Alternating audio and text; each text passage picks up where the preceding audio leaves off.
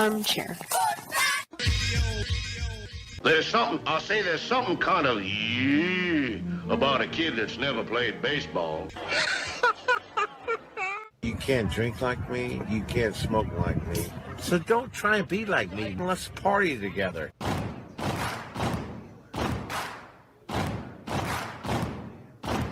Baseball is a beautiful thing. It's more beautiful in an old park. It's asymmetrical and quirky. But even in a dome with artificial turf, it's beautiful. The way the field fans out, the choreography of the sport, the pace and rhythm of it, the fact that that pace and rhythm allows for conversation and reflection and opinion and comparison. In right field, the crowd is tormenting Strawberries, singing, Darryl, Darryl. Little roller up along first, behind the man. It gets through Buckner. Here comes Knight, and the Mets win. And there's a fly ball deep to left. It's on its way. There it goes. And the Yankees are going to the World Series. Aaron Boone. Ground ball stabbed by Polk. He has it. He underhands to first for the first time in 86 years. The Red Sox have won baseball world championship. Can you believe it? It's a pastime, something you do. It's entertainment, something you watch. And it's a shared experience, something you talk about and read about. But you can apply those same three criteria to other things. What makes baseball special is that it's the best game that's ever been devised. Smith corks one into right down the line. It may go. Go crazy, folks.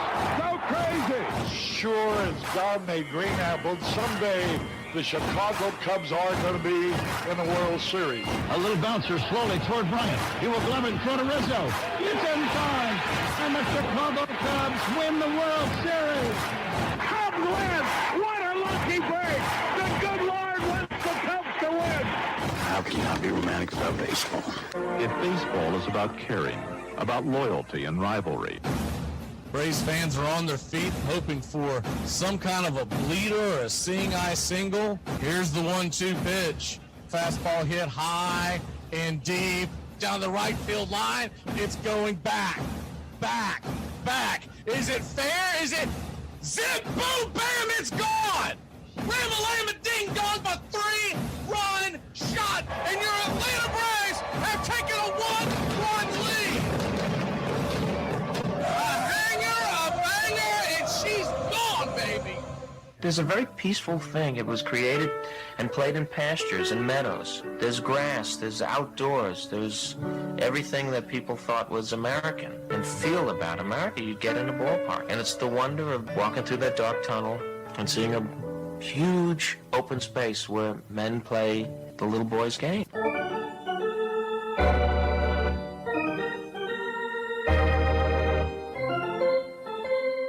I believe in the Church of Baseball. I've tried all the major religions and most of the minor ones. I know things. For instance, there are 108 beads in a Catholic rosary and there are 108 stitches in a baseball. I prefer metaphysics to theology. You see, there's no guilt in baseball, and it's never boring. It's a long season and you gotta trust it. I've tried them all, I really have.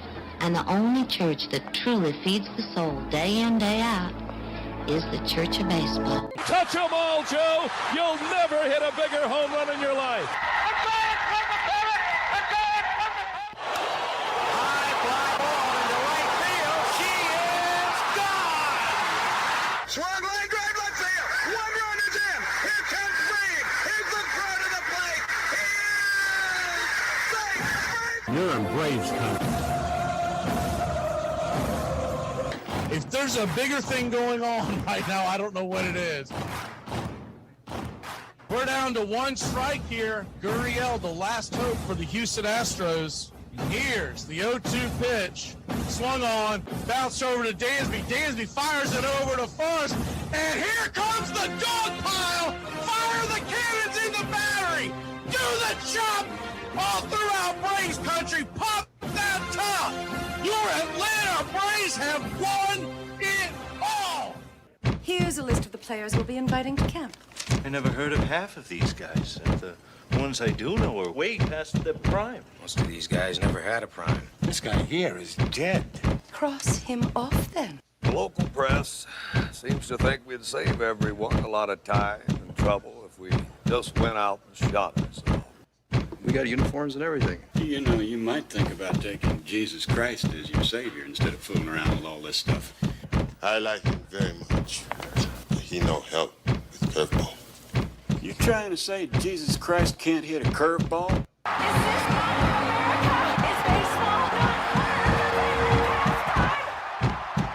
But I'll tell you, these fans are great. Listen to them. Hey, way to go, Rick. Oliver Howe loves you. Come on, baby. Come on, Ricky. Come on, Ricky. The game doesn't stink. It's a great game. You know, one of the best things about being an ex-big leaguer is getting freebies to the game. Call the front office, bingo. And once these fans recognize me, I probably won't even have to pay for my life here. Down it! I love them. Good seats, huh? You're in the wrong seat, buddy. Come on. Oh, I must be in the front row. Come on. Ladies and gentlemen, welcome. We direct your attention now to home plate. Please remain standing. We call your attention to our fans here today. They will be jointly directed. And now, another fixture. Our national anthem. Oh, say, can you see by the dawn's early light what so proudly we hailed at the twilight's last gleaming, whose white stripes and bright stars through the perilous fight o'er the ramparts we watched were so gallantly streaming, and the rockets' red glare, the bombs bursting in air, gave proof through the night that our flag was still there. Oh, say does that star-spangled banner yet wave o'er the land of the free and the home of the brave? At this time, ladies and gentlemen, we'd like to introduce today's teams as participants in this historic game. Play ball. Good seats, hey, buddy. He missed the tag. He missed the tag.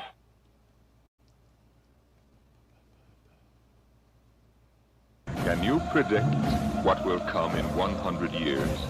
Or in 10? Or in the next minute? Some people think they can. Nuclear scientists, mathematicians, astronomers, biologists. Because they see beyond the known dimensions of time and space.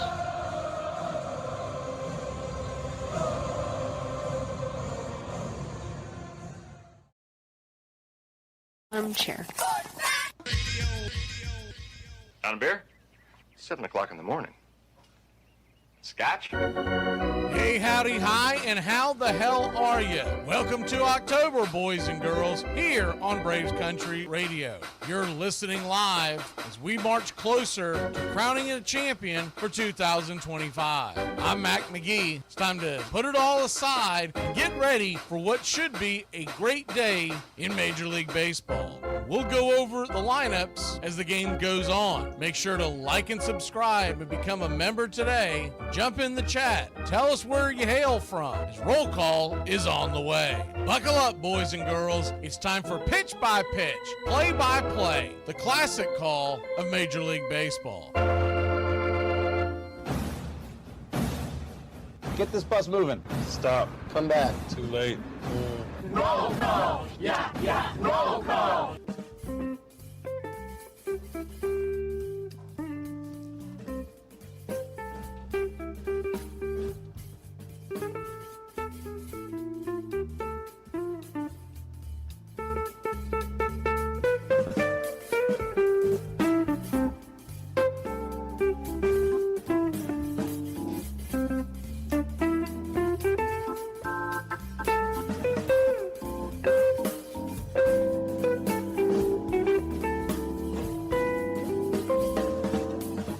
Good evening, y'all. Trying to do a little sound check. You read the message at the top on Flying Solo for the next few days.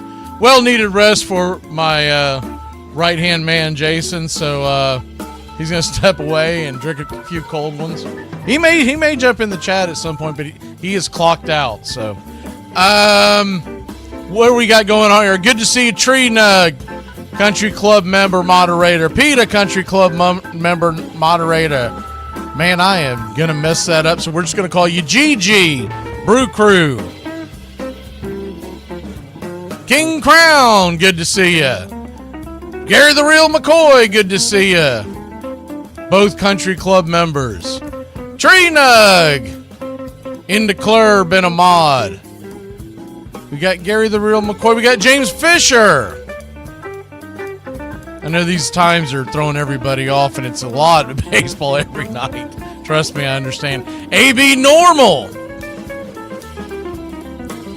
in the club, good to see you.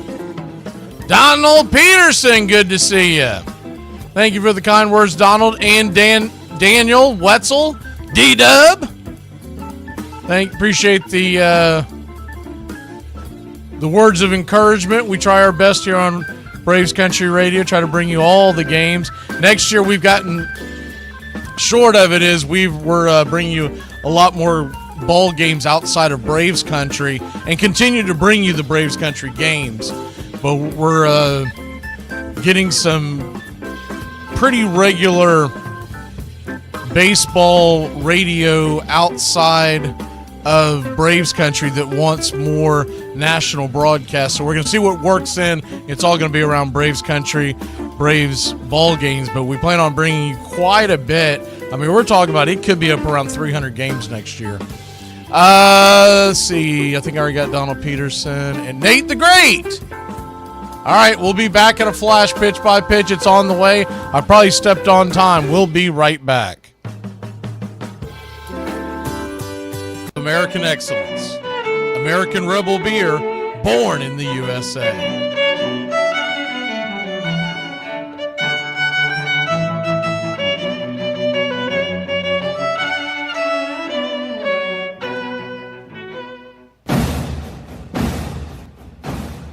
Ladies and gentlemen, we interrupt our program of dance music to bring you a special bulletin from the radio news. Sit quietly and we will control all that you see and hear. There is nothing wrong. You are about to participate in a great adventure. You are about to experience the awe and mystery. You unlock this door with the key of imagination. Beyond it is another dimension, a dimension of sound, a dimension of sight, a dimension of mind. You're moving into a land of both things and ideas. You've just crossed over into Adventures in Time and Space. We offer you Braves Country Radio, your home for the classic call of Braves Country Baseball. Hi, folks. Join us now for another Braves ball game. Yes, sir. This is the one we've been waiting for. This is it. This makes you feel like it's spring and baseball, no more measles, and free tickets to the circus. You're in Braves Country.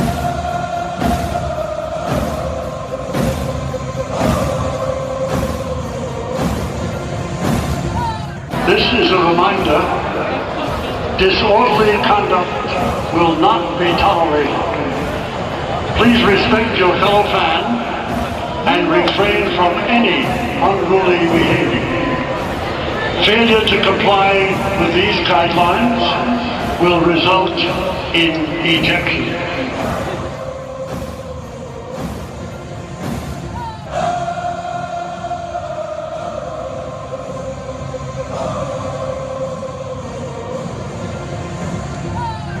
We're getting ready for first pitch. As soon as the 3D kicks in, we'll kick it on for you so it doesn't shake your device and get you all noited out. Haven't had too many, but we've had some people that said it makes them nauseous. So we figured it'd just be a good thing not to. No point of having it on when you can't see anything, anyways. I don't remember who did it, but somebody did it a few days ago, and I haven't gotten out of my head until today. Someone brought up that hot dogs are a broadcaster's best friend. I think it was a Jim Nance quote or something. And long story short, I finally got hot dogs for dinner tonight right before the game.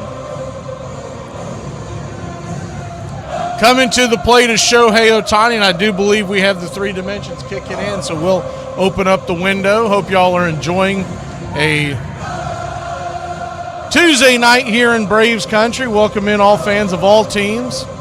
We're not in it, so we'll watch one of y'all win it. Shohei Ohtani coming to the plate. Dodgers in their Road Grays classic. Road Grays, Dodger blue. Dodgers across the chest. Dodger blue writing on the letters and the numerals. And we're ready for pitch-by-pitch, play-by-play. Yes, sir. It is baseball time in October, and the first pitch on the way floats a strike up top. It's 0-1. The 0-1, it always takes a little bit, usually about the first inning for everything to queue up when we get the 3D and the audio linked together. The 0-2 to Ohtani's outside wide 1-2. It's a little more difficult tonight because I don't have anyone playing with it at all. So a 1-2 count, righty-lefty matchup. Peralta fires a 94-mile-an-hour fastball down and in. 2-2. I believe I'm a touch behind the video, so just for those of y'all who are trying to play along here. The 2-2. Swing and a miss, strike 3. Got him. Smoke him if you got him. He got him. 1 away. Brewers needing this win in a big, big way. You look at them going for 3 games back to Los Angeles.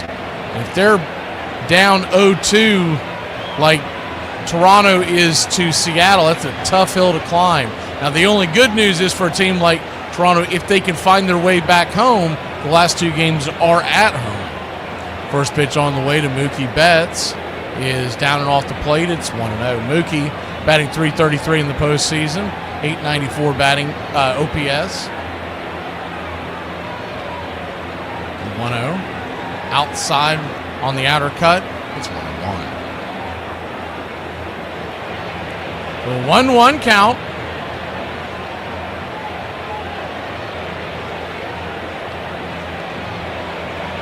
Goes back to work. 94 inside.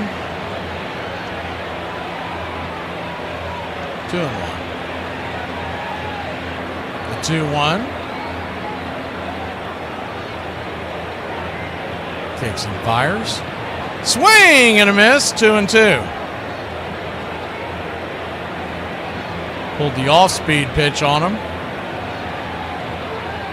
The 2-2.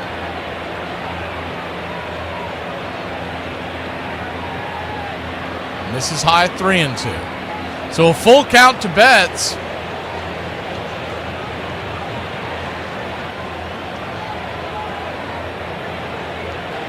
The payoff pitch.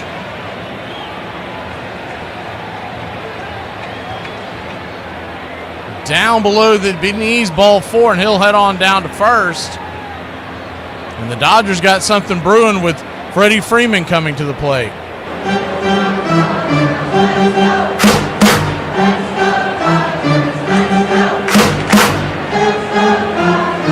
One on, one out. Freddie Freeman coming to the plate. First pitch on the way.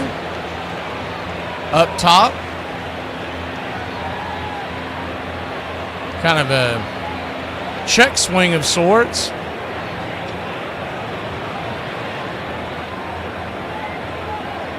It's 0-1. The 0-1. Out there on the outer edge. Up high, 1-1. 1-1 count.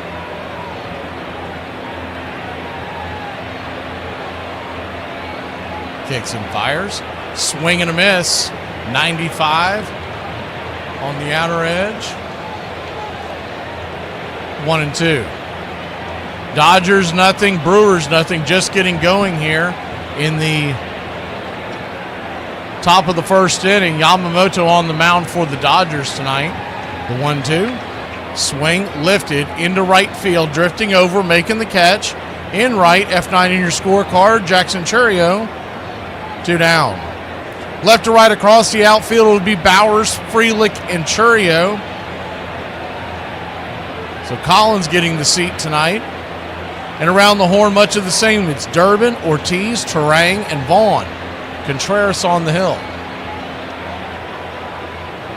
Sorry, Contreras behind the plate, Peralta on the hill. What I meant to say, I'm not 100% sure what I said. Will Smith will come to the plate. First pitch is off the plate wide.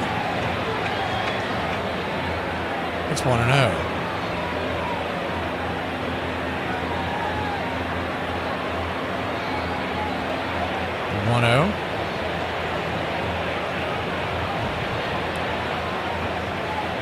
Pitch right there for a strike, 1-1. We'll pull the screen back so you can see it a little better. 1-1 count. Roxon fires. Swing, fouls it back. It's 1-2.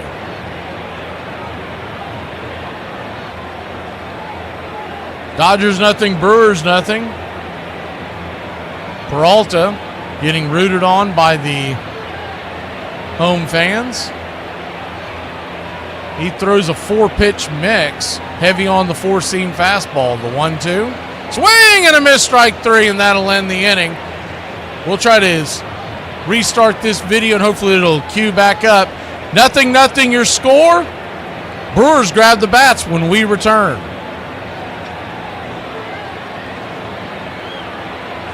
I have to go to rehab. So what I don't think you need rehab. Kim, I blacked out and climbed into a trash bin. Hey, Braves Country, I'm Mac McGee.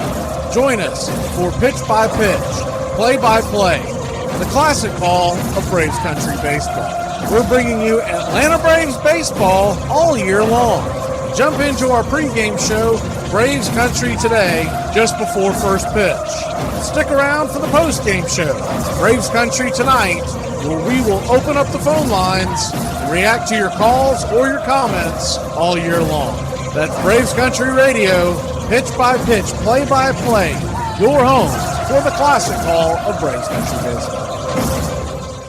What's your favorite section of the alphabet? I mean, there's an obvious answer. Yeah, excluding elemental P. H-I-J-K. No, bro, that's the worst one. H-I-J-K? H-I-J-K. It's like, hi, just kidding. 30 years. Okay. Wow, you'll be paying this off in your mid-70s. All right. Hey, I've got an idea. You know that extra bedroom? If the whole girlfriend thing never happens, that's where the nurse can live. Okay, all right. They have work to do, and they should be sleeping or eating, but they would rather do without sleep or without a square meal deliberately eaten than miss a minute of a ball game, even if they go on their night turn in the mill or factory, minus the rest that should be theirs. Baseball has been a passion of immigrants because it is a way into the United States. It's a kind of citizenship perhaps more authentic than anything which can be on a piece of paper. Sometimes it was the youngster's rebellion against his father becoming less Polish, more American by taking up baseball. But it became an enormously important part of the American identity.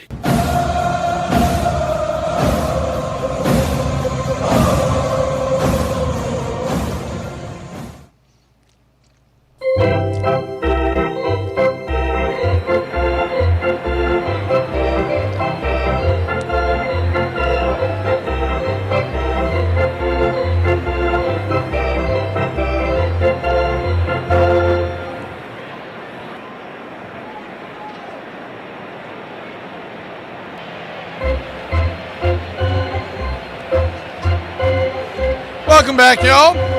We are heading to the bottom of the first inning. Jackson Cherry will lead us off for the Brewers, followed by Terang, Contreras, Yelich, and Vaughn.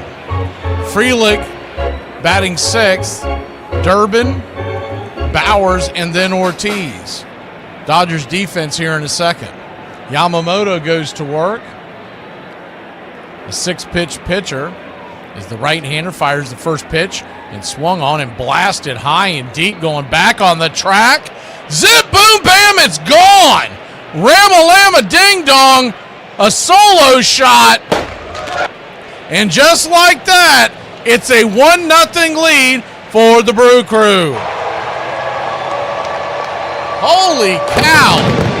He was sitting dead red. Kind of reminds me when George Springer the other night plowed the first pitch over the wall in the Toronto series. He threw a get-me-over fastball to start the at-bat, and Jackson Churio did not miss. 389 happy feet over the wall for the Brewers fans. And it's 1-0 Milwaukee. Terang to the plate. First pitch on the way is right there.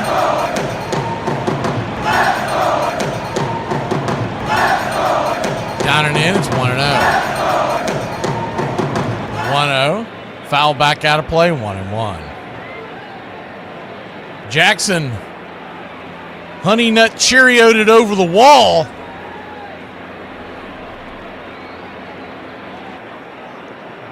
A honey of an O makes it 1-0. The pitch on the way. Righty-lefty matchup. Swing and a miss up top. It's 1-2. Four-seam fastball is what you'll see the most out of Yamamoto. He throws it 36% of the time. And then the splitter, when he gets out in front, at 25%. He's got a curveball at 18 and a cutter at 11.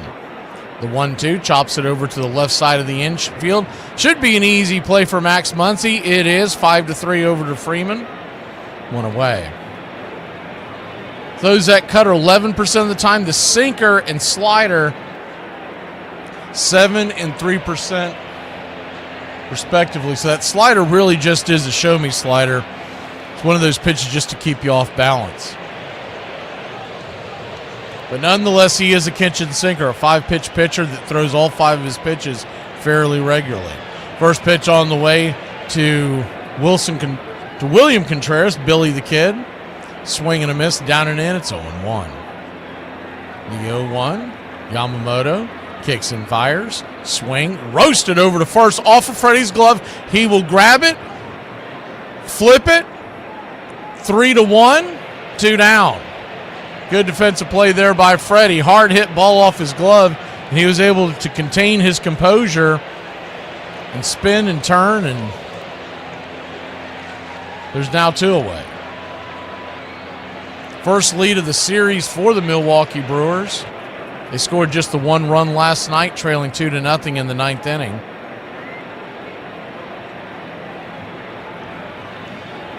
Christian Yelich, the batter, first pitch swinging. Mighty whiff, down and in, it's 0-1. The 0-1. Infield back into the right, kicks and fires. Up top, misses. 1-1.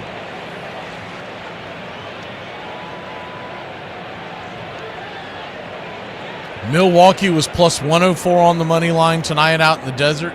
The Dodgers minus 112 for any of those who pay attention to that kind of stuff. And the over-under 7.5. Pitches just misses on the outer edge. It's 2-1. Yelich slipped down to the number 4 spot in the order. The 2-1 pitch. Swing, chops it foul. Do it again.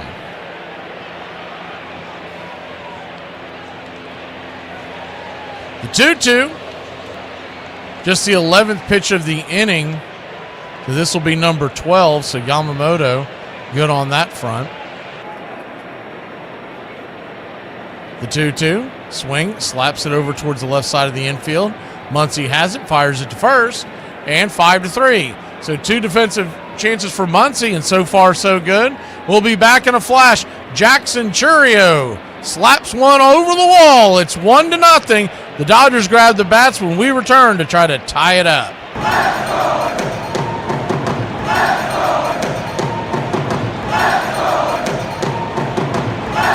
Most people think the U.S. Navy was created with congressional approval of a Continental Navy on October 13, 1775, during the American Revolution. However, it was December 22, 1775, that the idea became a reality. The Continental Congress appointed Esek Hopkins as the Navy's first commander-in-chief and adopted the first naval regulations, primarily authored by John Adams. Adams, a passionate advocate for naval power, worked tirelessly to persuade Congress to establish the Navy, draft its regulations, and allocate resources. While the Navy initially began with just 2 ships, the Alfred Hartford and Columbus, Congress soon authorized 13 vessels, forming a modest but determined fleet. The Continental Navy played a vital role in the war, disrupting British supply lines and protecting American trade. Though small in comparison to the British Royal Navy, it set the foundation for American maritime strategy, ultimately leading to the creation of the United States Navy. Keep the sea lanes open and protect American trade. All right, maybe I wasn't the greatest player of all time, but fans, they forgive and forget. When I go in here, they'll be buying me my favorite beer, light beer from Miller. You bought Euchre? Hey, how you doing? These fans, I love them. They know us ex-big leaguers drink light because it's less filling and it tastes great. Well, can't keep the gang waiting. Fans are always joking. Some ex-athletes are pretty good actors. Most are barely passable. Uke was a natural. Give me 2 cases, you can have this baby. Dream on. 1 case. Nope. A 6-pack. Half a can. The big league light beer, Miller Lite, where less filling tastes great. Okay, I'll give you 2 cases, and you don't have to take the card. But that's my final offer. He knew just what was necessary for these commercials. You know, one of the best things about being an ex-big leaguer is getting freebies to the game. Call the front office, bingo. And once these fans recognize me, I probably won't even have to pay for my light beer from Miller. Down it! I love them. That front row spot. That's a catchphrase now. Good seats, huh? You're in the wrong seat, buddy. Come on. Oh, I must be in the front row. Come on. I don't care where I go. I mean, even on airplanes. I must be in the front row.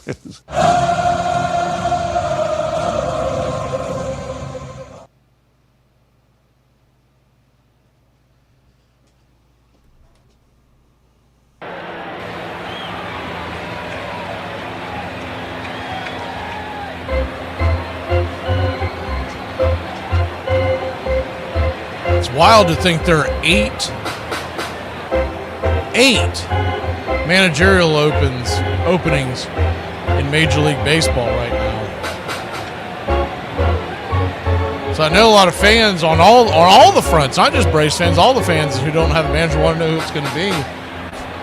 But you got to figure it's going to be a fairly long process for most teams because the top candidates want to shop around. We're back to the action, and the first pitch on the way is up top for Peralta. It's 1-0. And we mentioned this before on Braves Country today, and we'll be doing Major League Baseball today, MLB today, starting in November on Fridays at 9 a.m., and we'll bring back Braves Country today at 10 a.m. on Fridays, right here on Braves Country Radio. But as the 1-1 pitch to Muncy, swing and a miss, 93 upstairs, 1-2.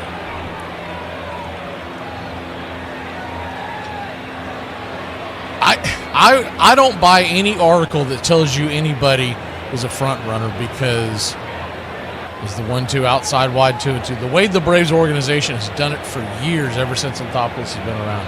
And you can love him or hate him, but the one thing you can't argue, he runs a tight lid on that organization.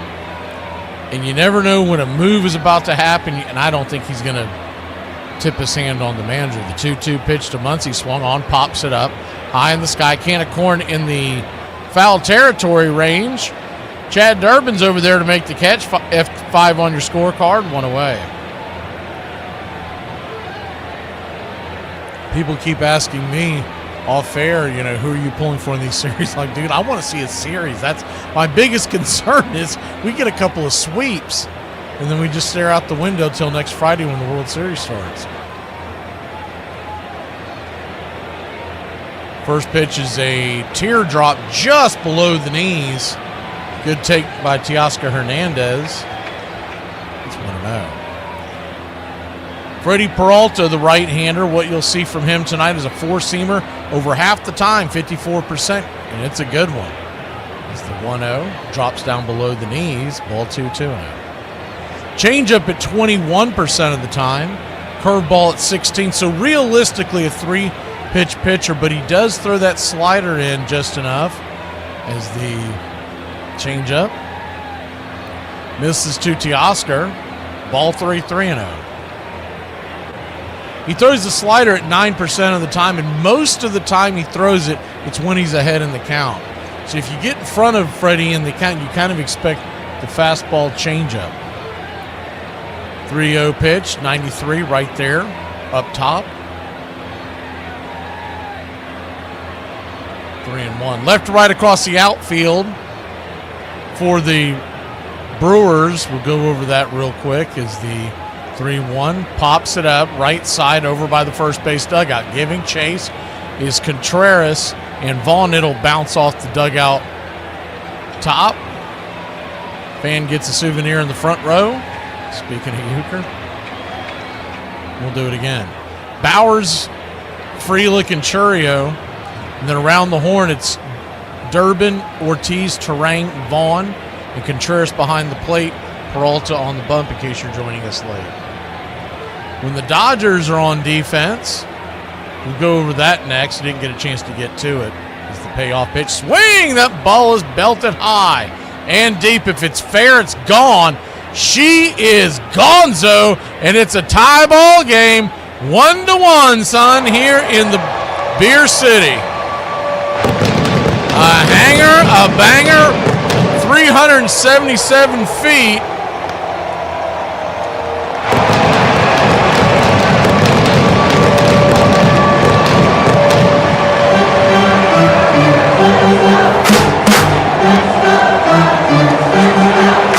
Hanging curve, and he did not miss that at all.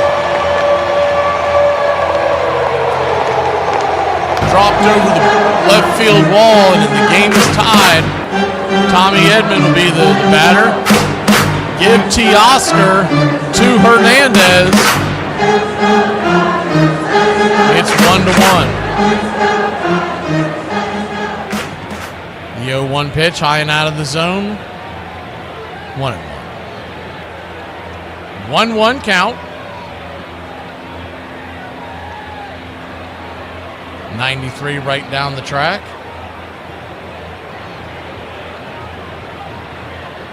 Tommy Edman, switch hitter. Kind of the utility knife, can kind of play all over the place. Tonight he's at second base as the 1-2 pitch swing. That ball is roped down the right field side, drifting back, making the running catch is Jackson Churio for out number 2. So they're putting a charge in a couple of these hangers, little cement mixers that Peralta is leaving over the plate. He's going to have to tighten that pitch up.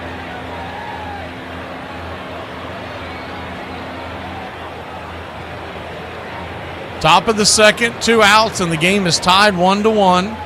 If you're just joining us, 2 solo shots. One by Jackson Churio to start the first for the Brewers, and just moments ago, Teoscar Hernandez tied it up. First pitch to Kike Hernandez, misses off the plate. It's 1-0. 1-0. Right there for a strike, 1-1. Good to see you, as was. Haven't seen you in a few days. 1-1. Down and away, 2-1. Now there's Uncle Charlie and John. John, I didn't know if y'all passed out at the bar together. The 2-1 count. These late starts are tough for people who start during happy hour. The pitch on the way, chop foul. Feels like a West Coast road game. We're so used to doing most of your Braves games at 7:15 or even earlier if we're on the road. The 2-2. Swing. Roasted up the middle. That's a worm burner, and that's going to be a 2-out single for the Dodgers, and the hit parade continues.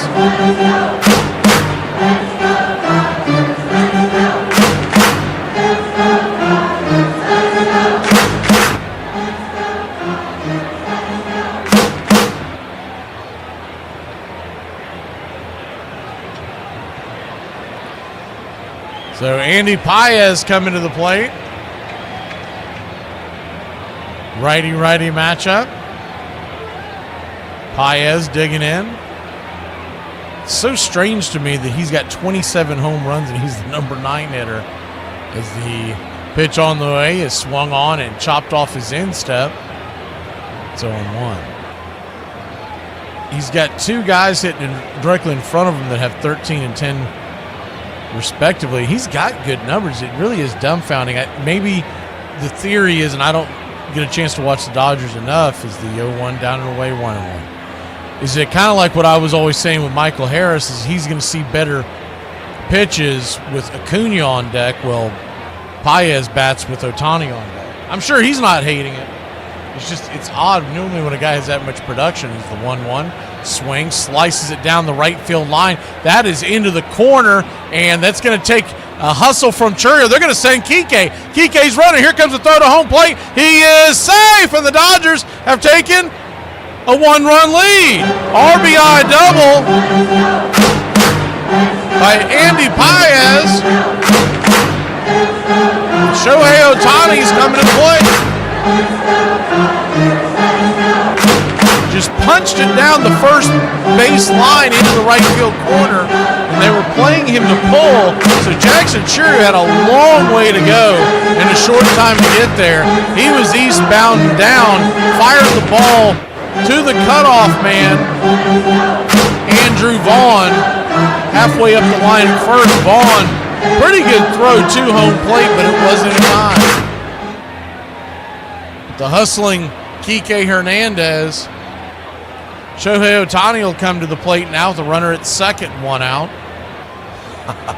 Is he? Are they going to pitch to him this time? Righty-lefty matchup. There, looks like they're going to pitch to him. Okay. First pitch on the way. Drops a changeup. Did he call that a strike? Wow, he did. Okay, it was off the plate. It's 0-1.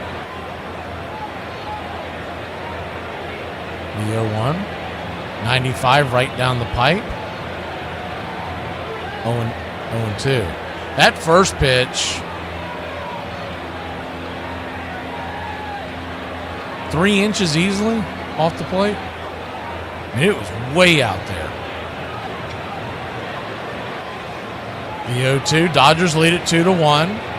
The pitch on the way. Swing! That ball is ripped towards right field. Running in and making the catch is Jackson Churio, and that'll end the inning. But not before the Dodgers take a 2-1 lead. We'll be back in a flash. The Brew Crew try to answer. Middle of the order due up for Milwaukee. I'll either post my way into your friends list or into your block list. There is no in between. Paging all baseball fans to the ER because this is the story of how George Clooney was almost a Cincinnati Red. The year was 1977, and the Reds had just come off back-to-back World Series titles, and they were holding tryouts at the team's facility for the upcoming season. At the time, Clooney was regarded as one of the nation's top high school players as a 16-year-old, and he thought this would be his ticket to the big league. After his first tryout failed, and he did make the team, he tried to give it another shot and attended a second tryout. Prior to the second tryout, he worked to improve his arm and his speed, 2 things he knew the scouts would be looking for, but there was one problem. He could hit a fastball, and he was very good in the field, but he had one giant flaw. He couldn't hit the curveball. After taking an 82-mile-an-hour curveball near his head, he knew baseball wasn't his thing. Although he didn't make it to the major leagues, I think he had a pretty good plan B. I promise y'all, ain't nobody seen me at my lowest or seen me look the worst like my local Dollar General. Then to wind up in that bad seat where I was, way up at the top of Dodger Stadium. Good seats, hey, buddy. He missed the tag. He missed the tag. All that front row stuff, or he missed the tag, all those things have become part of Americana. They really have. Ladies and gentlemen, the newest addition to the great monuments at a great ballpark, the real Bob Uecker front row statue. That commercial got lots of attention, including from a well-regarded director in Hollywood who was about to cast his latest movie.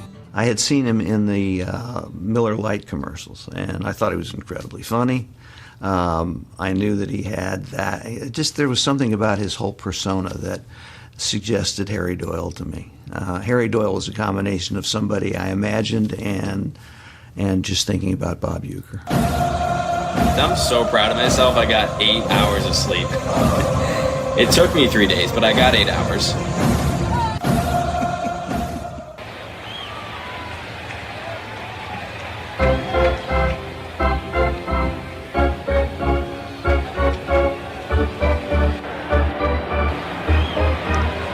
Two to 1 your score. We're heading to the bottom of the second inning.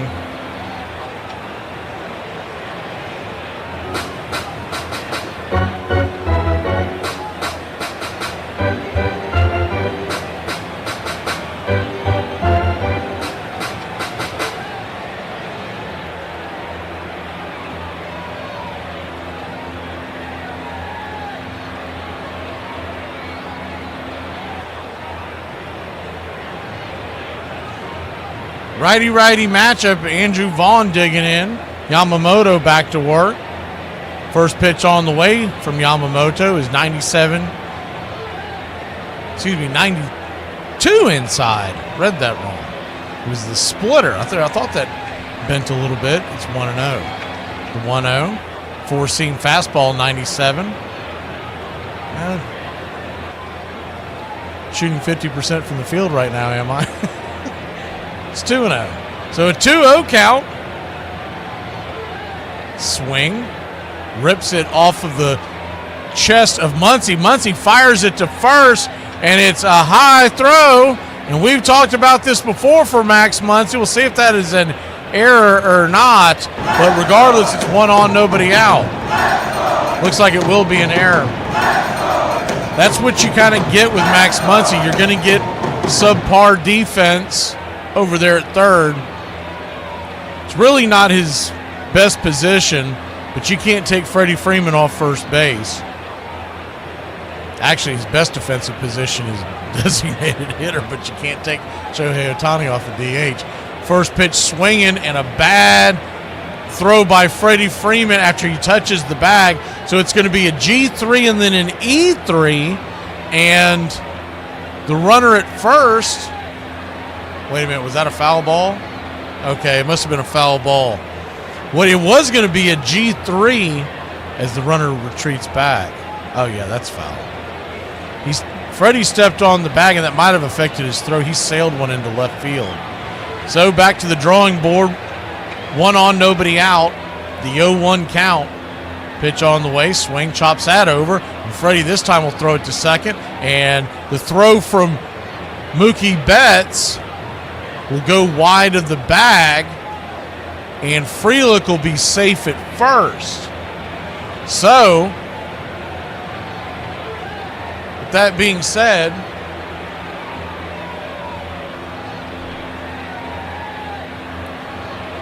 you've got a runner at first. You did get the lead out there for the Dodgers. Wide throw. That almost went into the bullpen. I mean, this has happened a few times in this series. Mookie Betts usually really good over there.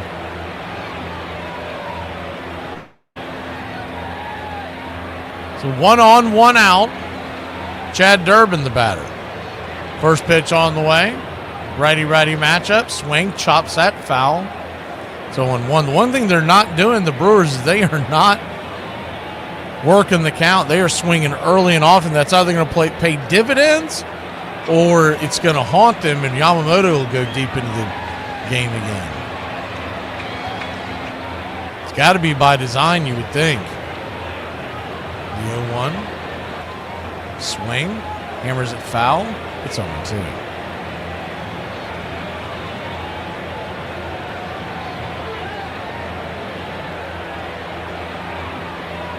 So an 0-2 count.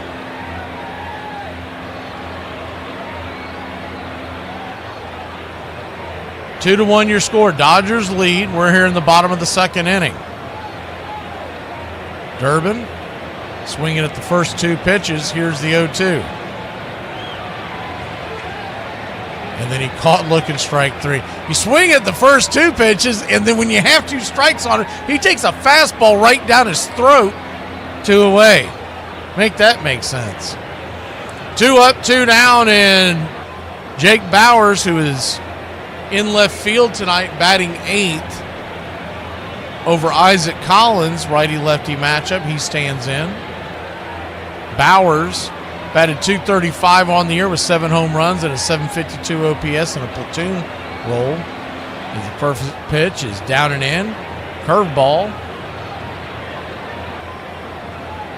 It's 0-1. That pitch was well in. The 0-1. Flips it over to first real quick.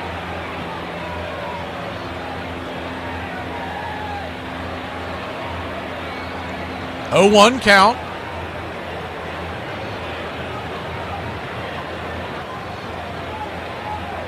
Kicks and fires. Swing.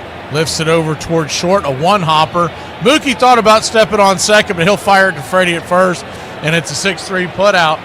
Brewers get one on, but can't do much with it. We'll be back in a flash. The Dodgers grab the bats when we return.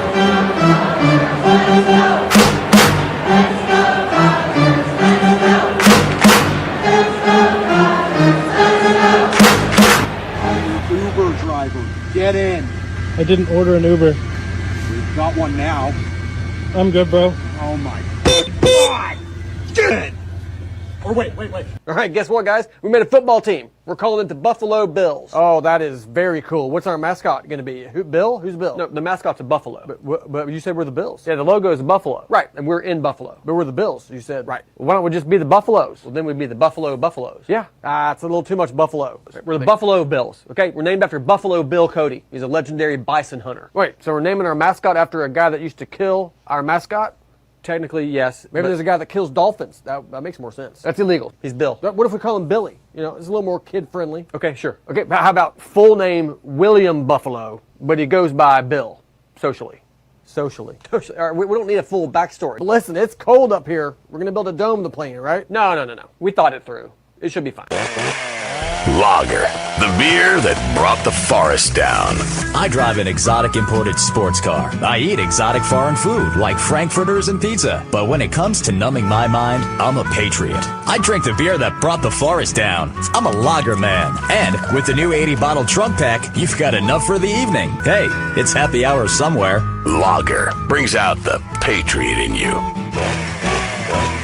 Companies of every kind promoted baseball for their workers. Management believed it encouraged teamwork, provided a healthy way to fill spare time that might otherwise be devoted to labor agitation, and taught immigrant workers how to be real Americans. Nearly every industry had a league: railroads, steel, electricity, coal and iron, textiles, meat packing, automobiles. And thousands of workers came out for factory games on the weekends.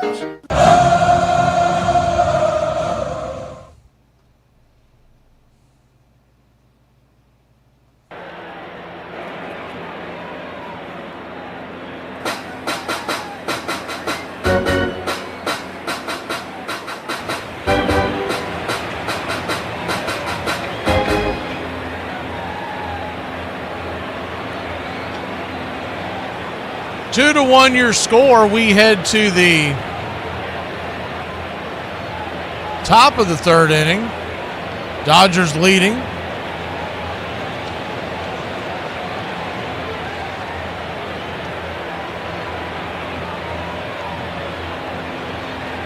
Freddie Peralta back to work. Heart of the order. First pitch swinging by Mookie Betts. He'll chop it over to short. It'll be a quick 6-3 putout. One away. Freddie could use a quick inning here.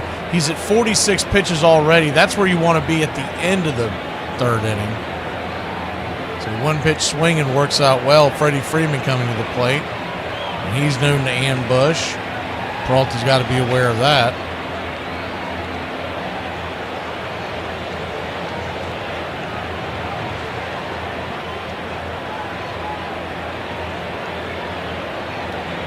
Righty-lefty matchup.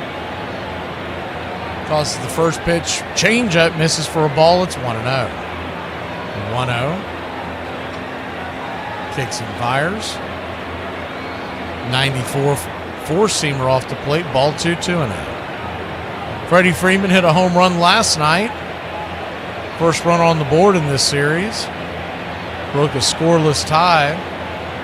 Dodgers went on to win 2-1, lead the series 1-0. The 2-0 pitch. Right there, P at the knees, good four-seam fastball. 2-1.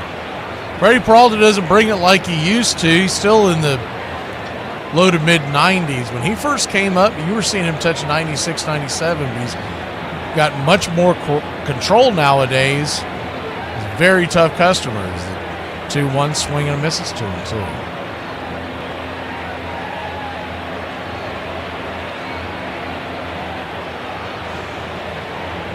The 2-2, swing, chops it behind second base, but over there is Ortiz on the... They were playing an overshift to the right side. He'll make the plays. 6-3 put out. And 2 down.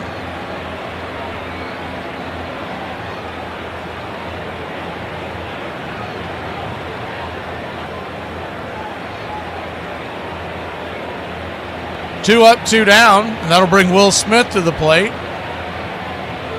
First pitch on the way, right there. Curveball off the edge. It's 0-1. Will Smith. I don't think he's been back to the Oscars. This is the 0-1. Outside wide, 1-1.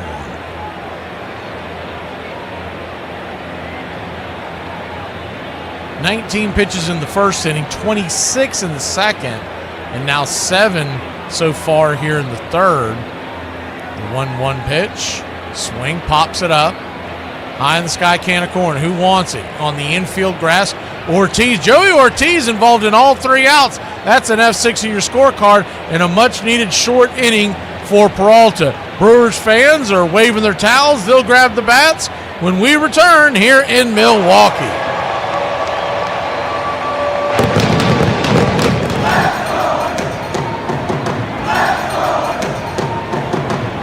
I'd rather have a bottle in front of me than a frontal lobotomy.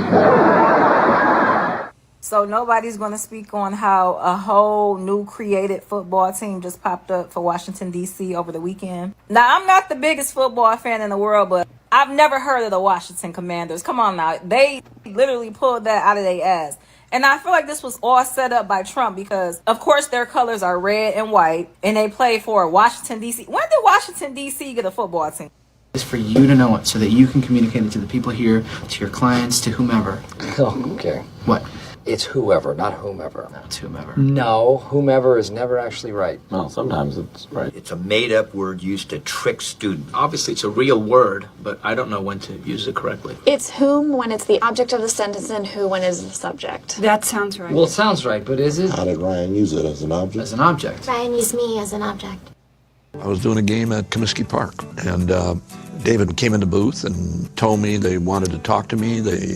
That they had this role in this movie. If I hadn't gotten Euchre, it would have been strange. I don't know quite what I would have done. Hello again, everybody. Welcoming all you friends of the feather. Major League is one of those movies that it's not going to win any Academy Awards, but you can watch it 100 times. If I'm flipping channels and I get to Major League, I don't care what's on, I'm going to watch it. That's one of those movies where, you're sitting at home and it's on and you might come into the middle of it, but you remember it and you can't wait for certain scenes to pop up again. And without Euchre, the movie isn't half as good. Post-game show is brought to you by Christ, I can't find it. The hell with it. Bob is so brilliant with extemporaneous thought and humor that I'm sure that a lot of the lines were never written by anyone except by Bob. David gave me that. Whatever you want to say, use it. Every once in a while he'd say something and I go, that's fantastic. It's not in the script, but it's great.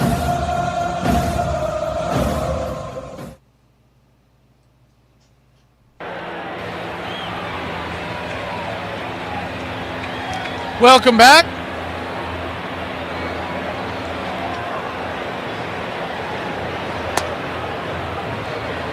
We're heading to the bottom of the third in a one-run game. Already just as much offense in this game as it was in game number 1. But everybody around the country, they could not stop talking about that play Freelick made on the throw to Ortiz, who chucked it down to home plate in the stretch. The catch by Contreras that pulled off the double play last night, an improbable double play. The funniest part about that is the first pitch on the way is down and in. And Yamamoto, it's 1-0. Funniest part about that is ESPN's social media account is the 1-0 pitch. Swing, chops it back to the mound, and that'll be an easy 1-3. Yamamoto to Freddie, 1 away. They put out I don't know if it was automated or what happened, but they were putting out the video of the play. And if anybody who saw the play knows it came off, it was a ball that was rocketed, it almost went out of the park. It went off the glove of Freelick in center, bounced off the wall, then the relay came all the way to home. But their quote on the video is the first pitch up top for a strike. Jackson Cherio hit a home run his first pitch, first time up. Pitch on the way, swung on, chopped in front of the plate, just foul. 0-2. But they put the video out, and the tag said hard hit ground ball by Max Muncy turns into a double play, which is farthest thing from the truth of what happened. Is the 0-2. Swing and a miss, blew it right by him, 96 upstairs. 2 down. Yamamoto's second strikeout of the night. He's not a big strikeout guy, but he will get his Ks in.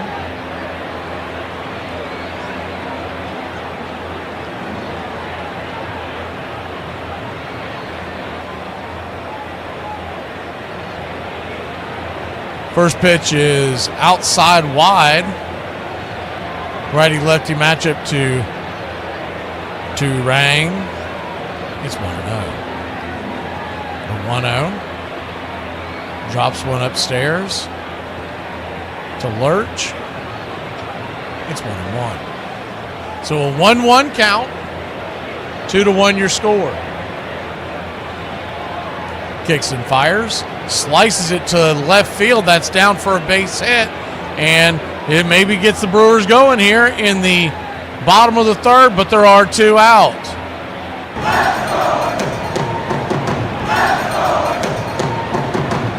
Pitch was on the outer cut, and he didn't try to do too much with it. Just kind of filleted it over the head of Max Muncy, almost like a drop shot in tennis. And the Brewers have a runner on. And coming to the plate is Billy the Kid, William Contreras. First pitch on the way. Check swing, bangs it foul off the plate, kind of a pepper shot. It's 0-1.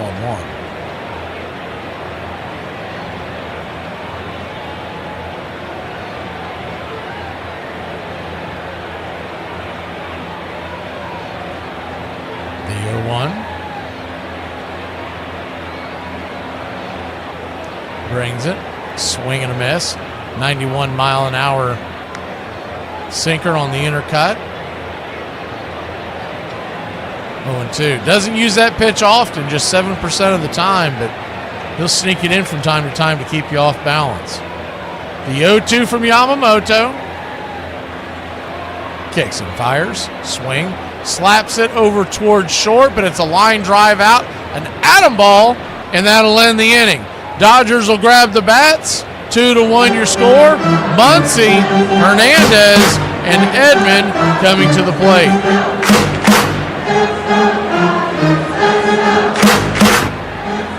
If you ladies don't start letting that car warm up when you start it, I'm going to call you daddy.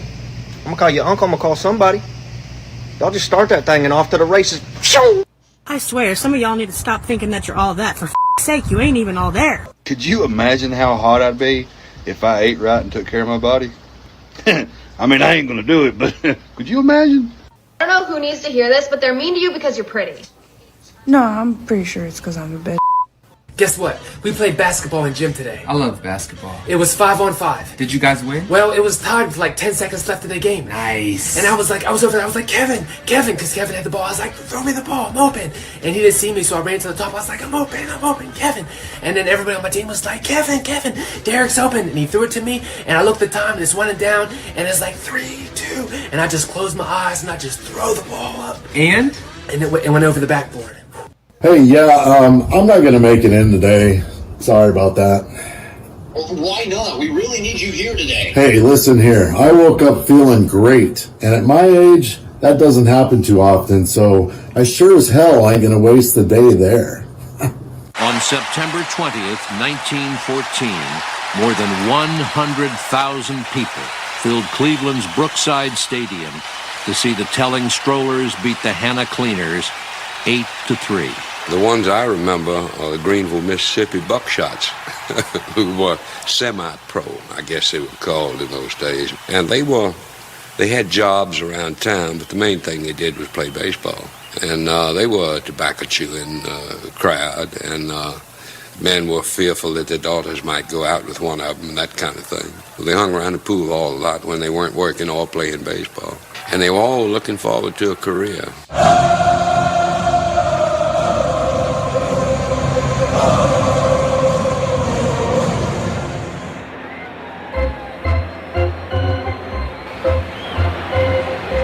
That's the new 7th inning emoji that we're going to put on the screen during the 7th inning stretch. That's the 7th inning one that we had for the TBS. It was not very. I got to work on it in the off season, but to me, it just didn't show up well. It was very grayed out. It was one that we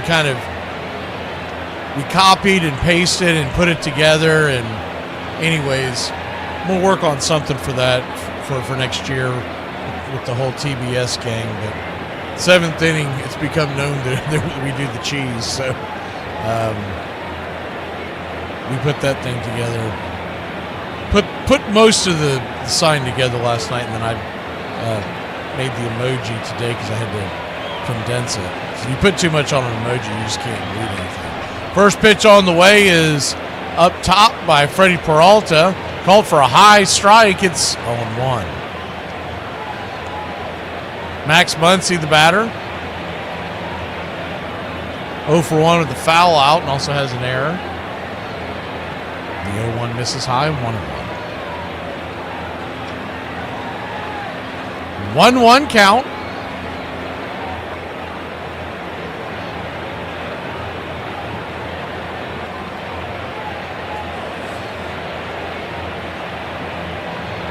Brings it. 94 high and out of the zone. 2-1.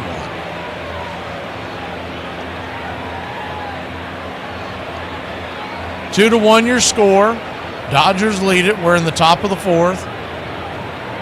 The pitch, swing, rips it. High! Leaping stab by Andrew Vaughn. And Wild Thing makes the grab to keep it from going down the first base line. That was going to go into the corner for extra bases. Great play over there by Vaughn. The top of his leap. He got the snag.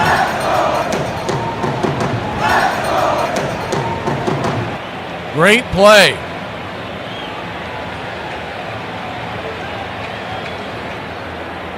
First pitch on the way is upstairs to Teoscar Hernandez right there for a strike. It's 0-1. The 0-1 righty-righty matchup. Kicks and fires. 94 just below the knees. 1-1.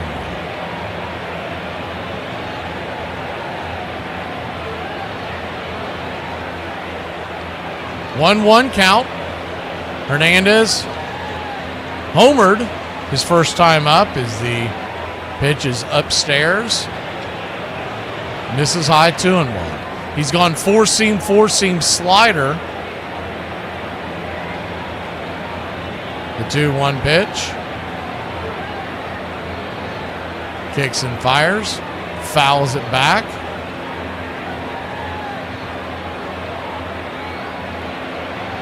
As Hernandez steps out of the box for a second.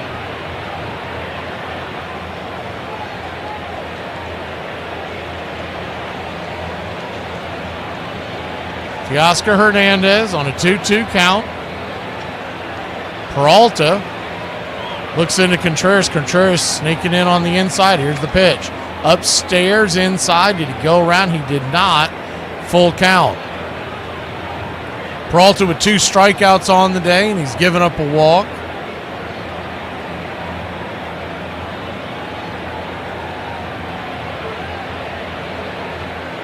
The payoff pitch. Swing! That ball slapped over to third. It's going to be a 5-3 putout. 2 down.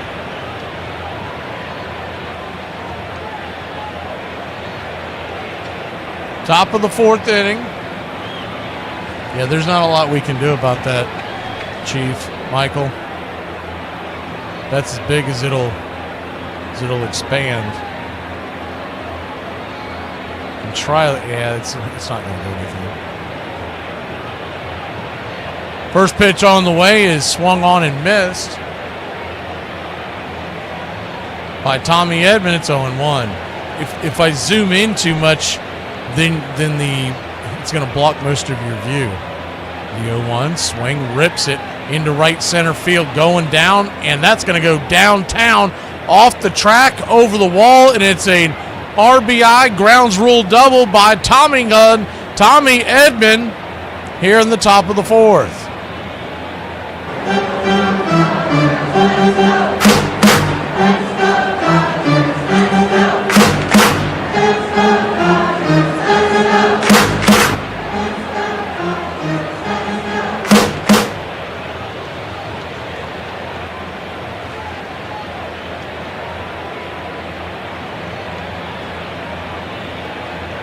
First pitch on the way is up top, 96 miles an hour to Kike Hernandez. It's 1-0. 1-0.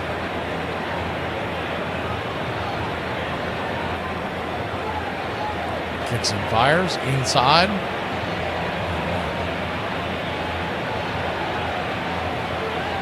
I mean, if you put it sideways, you can see it fine. I mean, I just pulled it up on my phone. I don't know if you're looking on a phone, if it's on something else. Maybe zoomed out. I don't know. The 2-0. Swing, chops it foul. 2-2. Or 2-1, excuse me. The 2-1 count. And I mention it every 2 minutes, so it doesn't really matter. Top of the fourth inning. 2 outs.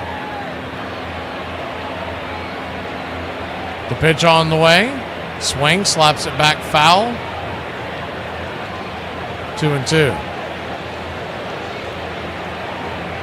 It's only 6:05 where Michael's at, so no one spoil anything for him. Don't let him know where the future is. The next 3 hours is going to be a wild ride, Michael. The 2-2.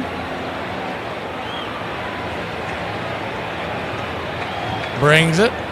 Swing and a miss, strike three. Pulled the string on that curveball. That was nasty. By far the best one he's thrown. We'll be back in a flash. The Brewers grab the bats. We'll see if they can tie this thing up or even more when we return.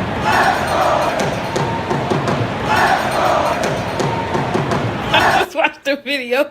This girl from the UK was showing like their best meals that they got there, and everything looked horrible. Somebody commented and said, "Do you need some money?"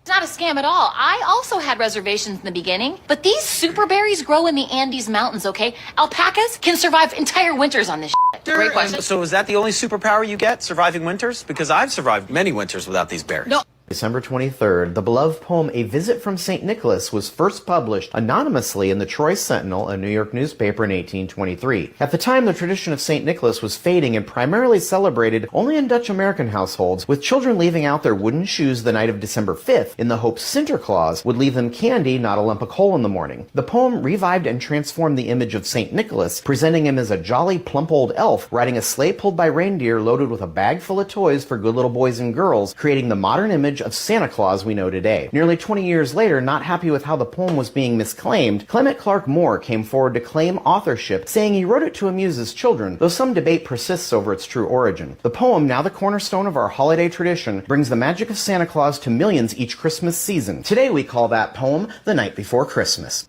Vaughn into the windup in his first offering.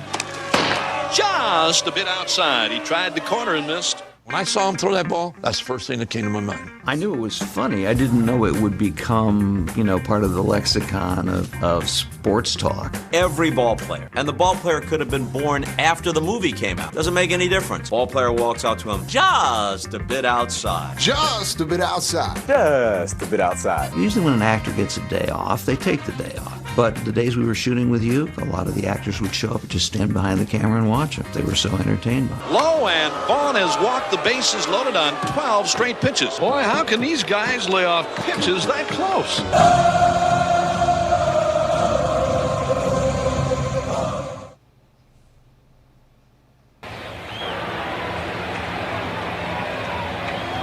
That booger eating spaz make me want to puke.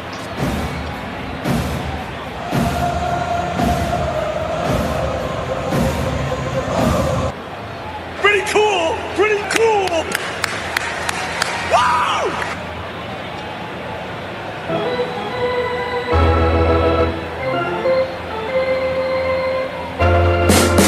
What's for dinner?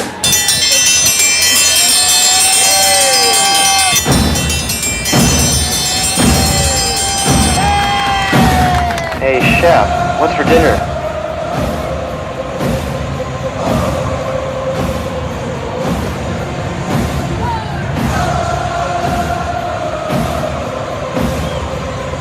Welcome back. First pitch on the way to Yelich is right there for a strike. It's 0-1. Righty-lefty matchup, the 0-1. Down and in, evens up the count. 1. Brewers trail the Dodgers 2-1. We're in the bottom of the 4th. Game 2 of a 7-game series. Almost a must-win here for Milwaukee, as the next 3 will be in Los Angeles. The 1-1, swing and a miss. It's 1-2.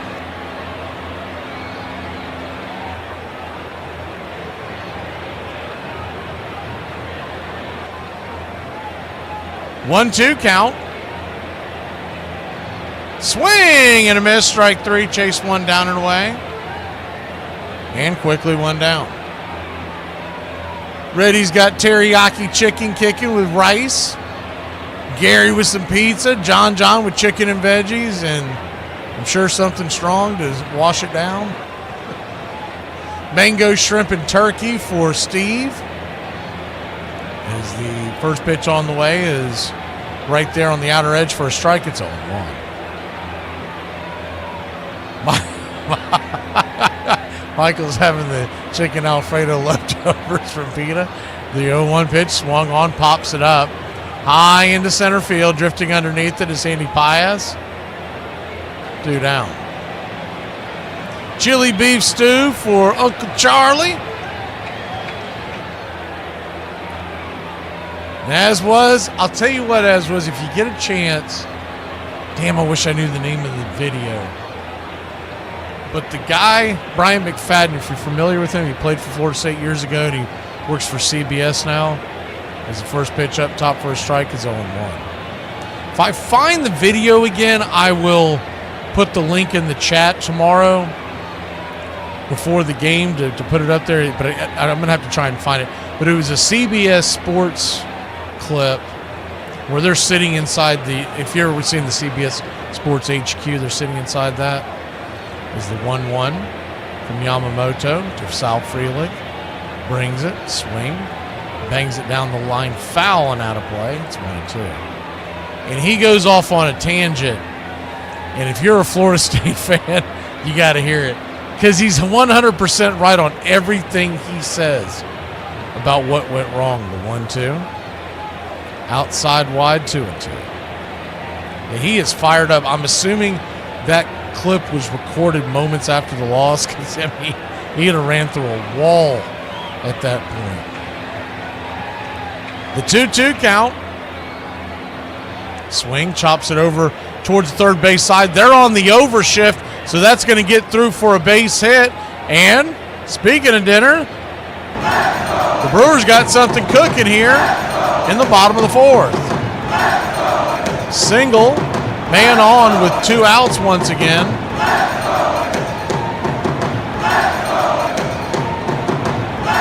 Hard hit roller down the third base line.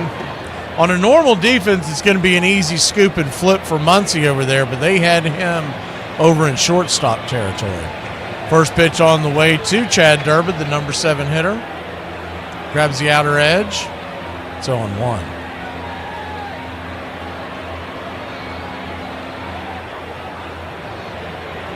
The 0-1. He's sitting on a panel of 4 guys, and he basically dominates the conversation. It's about a 15-minute clip. As he 0-1 chop foul, it's 0-2. Long story short, he goes off on what he thinks the problem is, and it really comes down to effort and pride and just the leadership in general. The 0-2 count, runner at first. Infield back and to the right. Back into the left, excuse me. The pitch on the way. Swing and a miss, won't matter, strike 3. That'll end the inning. So the Dodgers will grab the bats. 2 runs, 4 hits, 1 error for Los Angeles. 1 run, 3 hits, no errors for the Brew Crew. We'll be back in a flash here in game number 2 of the National League Championship Series. Do I understand that there are consequences to my actions? Yes, but am I still going to act absolutely flabbergasted when there are consequences to my actions? Yes. Friendly reminder that you are not a hot mess. You're a spicy disaster. So I got jury duty. I'm not going. That sounds stupid. So you're telling me there's a guy who did a crime and you need me to show up so you can convince me whether or not he did it? I didn't go to law school. I'm just confused because, like, why isn't it a job? Why don't you just hire jury people full time? And why can't you just get, like, an associate's degree in jury tutoring? Why do we have to grab randos off the street? Why do I have to convince a Lifetime Fitness front desk employee, an Arby's shift lead, and a librarian that I'm not guilty for murder? I don't care if you don't like me. The voices in my head do. And we party pretty hard. This portion of the show is being brought to you by Ed's Almost Good Beer. Remember, Ed's Almost Good Beer was brewed in God's country when God wasn't looking. Y'all, can somebody explain to me why we buy brand new clothes to go out of town and them people ain't even seen our old clothes? Women workers demanded to play too, and soon the Goodyear girls, the Westinghouse maids, and the Miller rubber maids took the field.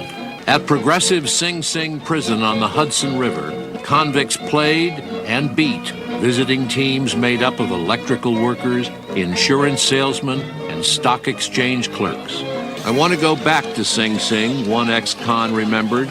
Down here, I'm just a bum, but up there, I was on the ball team. Braves Country Radio, pull up a chair. Your home for the classic call of Braves Country Baseball.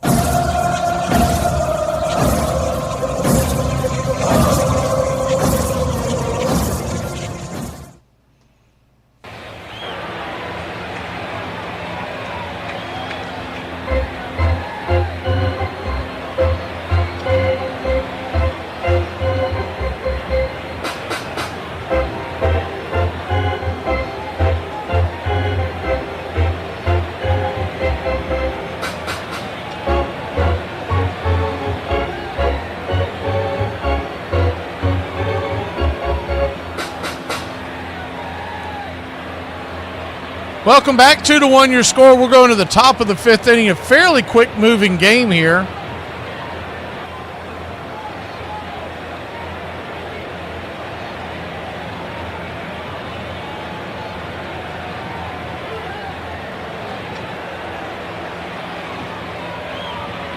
And first pitch on the way to Andy Paez. Looks like it got him. Trying to see where it hit him at. He's shaking his left hand. I don't know if it got him on the wrist or the hand. I have to see it again, waiting for the replay. They're interviewing some dope in the dugout right now, so they're not showing the replay.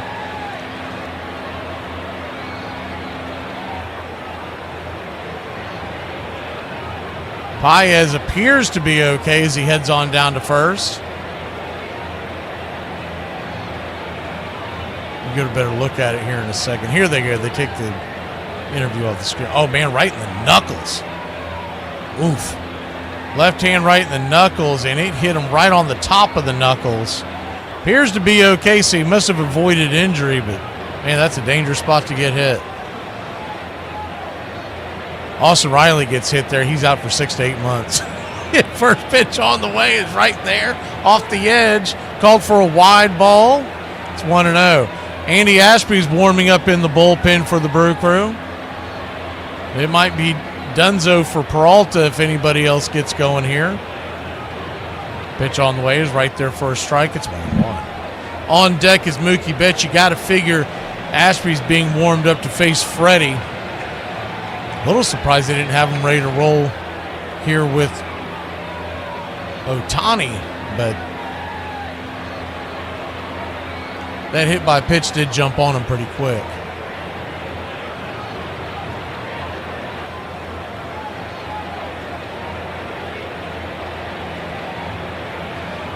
The 1-1. Bangs it back foul. It's 1-2. So a 1-2 count, top of the fifth.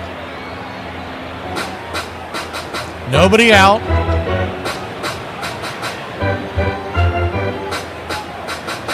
Pitch on the way from Peralta. Swing and a miss. Strike three. Got him. Ohtani retired on strikes in his postseason woes continue. He's now batting just 125 in the postseason.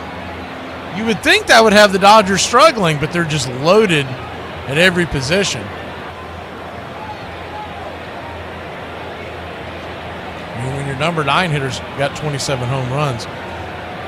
First pitch on the way to Mookie Betts is right there at the knees. It's a home run. The 0-1. Kicks and fires. Looks down the first base side. Runner back in plenty of time. 1-1. Well, 1-1 count. Just below the knees.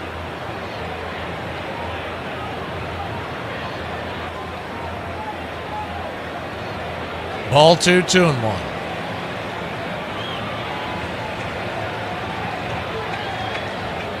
Two one count, swung on, pops it up. Will it stay in play? Contreras gives chase over by the first base dugout. And it'll bend into the seats, 2-2.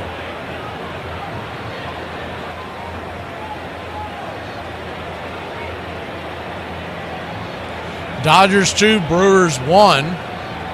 Pivotal game 2 here. If the Brewers can tie this series up, they head out to Los Angeles needing just win one game to bring it back. If they lose this, they're going to have to win the series on the road there in LA, 2 games out of 3, just to bring it back to Milwaukee. As the 2-2 in the dirt. Ball 3, 3-2. They have announced for you folks who are going to join us tomorrow night for the Toronto-Seattle series. They announced today that it will be for the Seattle Mariners because they weren't 100% sure who they're going to go with. They are going to go George Kirby and Shane Bieber for the Blue Jays. The 3-2 pitch is swung on and chopped off his instep. We'll do it again. Kirby has got great numbers at home. But everybody's got great numbers in Seattle because it's a pitcher's park. But his numbers are, I mean, he's a, if you haven't watched him much, George Kirby's got elite stuff. He's one of these guys that's kind of kept under the radar because A, where he plays, and B, he's kind of bounced around with injuries, but he's got elite stuff.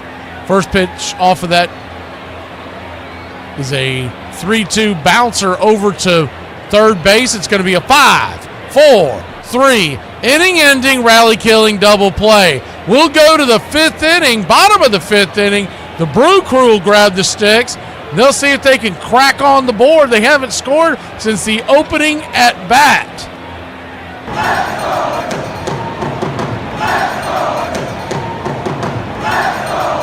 Hi, y'all.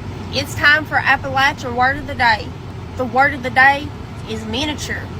One miniature on top of the world, the next day something happens and you're not. Wisdom from Bob Hope.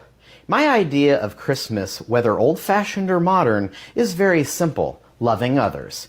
Come to think of it, why do we have to wait for Christmas to do that? Yeah, hello? This is an officer with ICE doing a routine check. Well, I'm an American citizen. Well, we have questions that'll determine that answer. Okay. How many points are scored in a football game? 6. We want to make America great again. Who's the best female artist? Taylor Swift. All right, last question. Can you say Walmart? Sir, can you say... Yes, I know. Walmart. Y'all are blessed to have me. I don't give a what you talking about. You are blessed to have me. And I'll say it again and again. My little teacher Christmas wish. May you never be too grown up to search the skies on Christmas Eve. In the 1980s, Bob Uecker did the television show Mr. Belvedere, and one of the taping schedules had him in Hollywood during September when Milwaukee, was in a pennant race. And I remember calling him on the phone and telling him what happened in the ballgame, and he said, gosh, I really wish I was there. You know, it's a great gig that I've got, this TV show, but I really miss the ball games. I really do. And I knew he meant it too. All the Tonight shows and everything, all that stuff that I did, Mr. Belvedere, and I always had to get back to baseball. And not that I didn't like all the stuff that I did, but baseball was always the bottom line.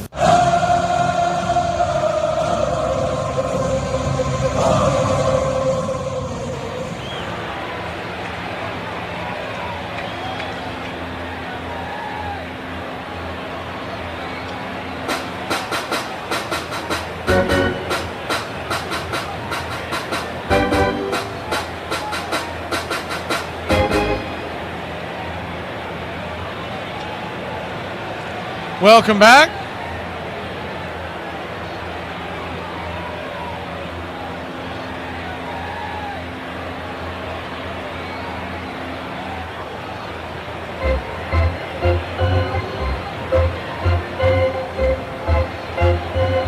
We are heading to the bottom of the fifth, and Yamamoto goes back to work. First pitch swinging by Jake Bauers is fouled back out of play. It's 0-1. Bauers 0 for 1 with the ground out. Infield back into the right. The 0-1. Upstairs. Looked like a strike, but did not get the call, Yamamoto. It's 1-1. Looked like it touched the top of the zone. Home plate umpire Gabe Morales. He's had some iffy calls today, but all in all, pretty sharp behind the plate. The 1-1. Swung on, chop foul. It's 1-2. Tomorrow, Game 3 will be Adam Beck unless something were to change. Vic Carapazza in Game 4. Chad Fairchild in 5, and Mark Rippinger 6.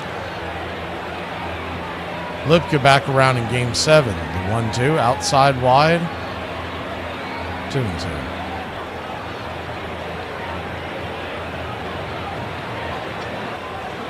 2-2 count.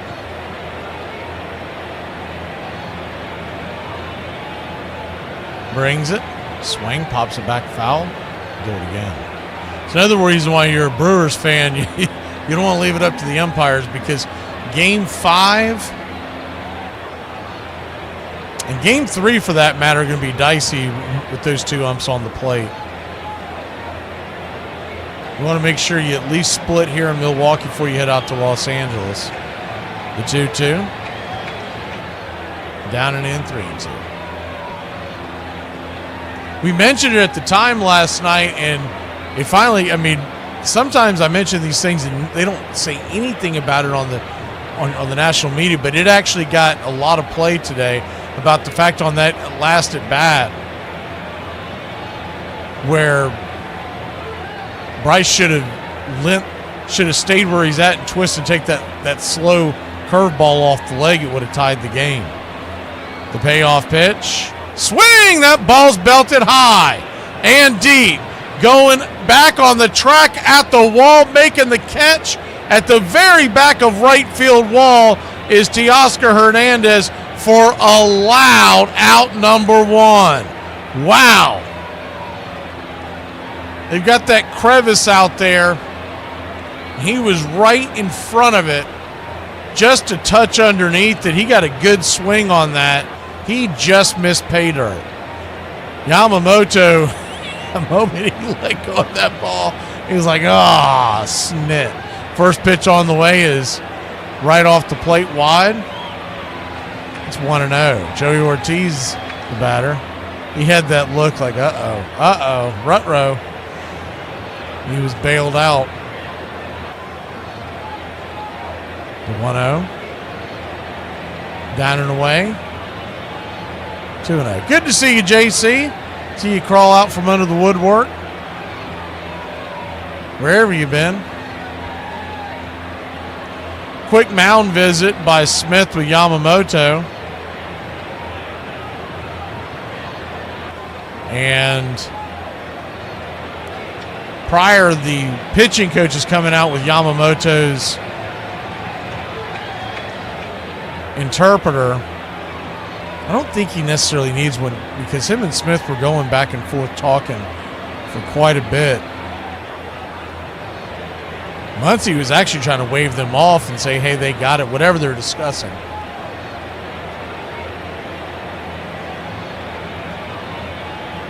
They'll head back to the dugout.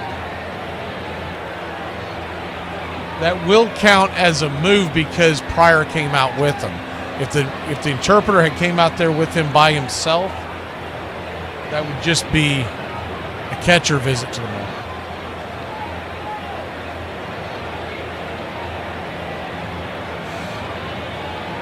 So a 2-0 count, one down. We're here in the bottom of the fifth inning. Yamamoto, very low pitch count, sitting at just 56 here in the fifth. The pitch on the way, down below the knees, ball 3-0. Standing on deck, top of the order for the Brew Crew, Churio, who hit a home run earlier. He's 1 for 2, and Terang, who's 1 for 2, is in the hole. The 3-0 pitch. Right there, P at the knees, 96 miles an hour.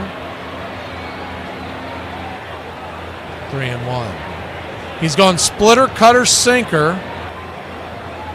And then that strike there was the four-seam fastball. So he's used 4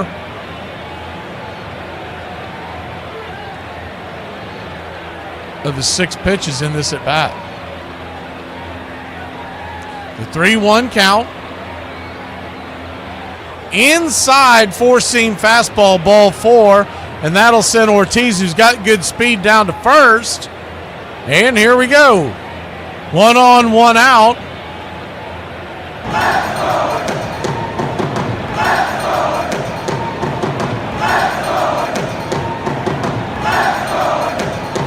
Jackson Churio coming to the plate. Hit a home run on the first pitch he saw in the first inning, 21 home runs in the regular season. Young outfielder is in right field tonight.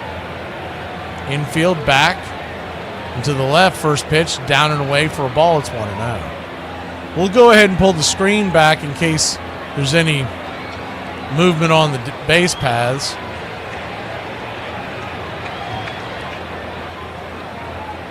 Infield back and to the left.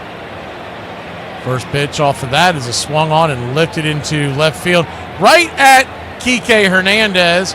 F7 in your scorecard. He'll make the catch. 2 down. Churio hit that one pretty hard, but right into the teeth of the defense.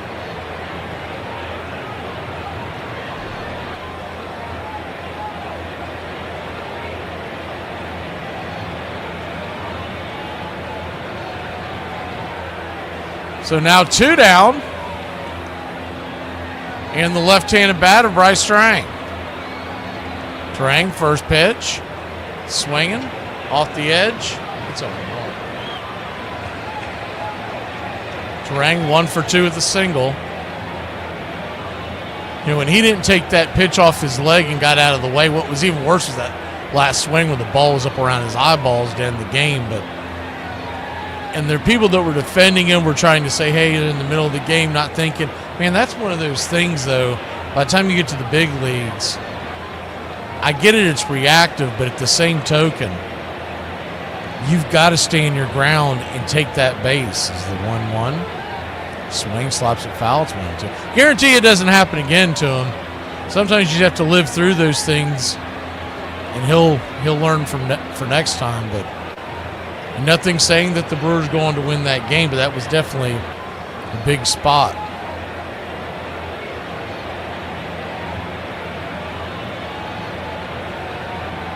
One-two count.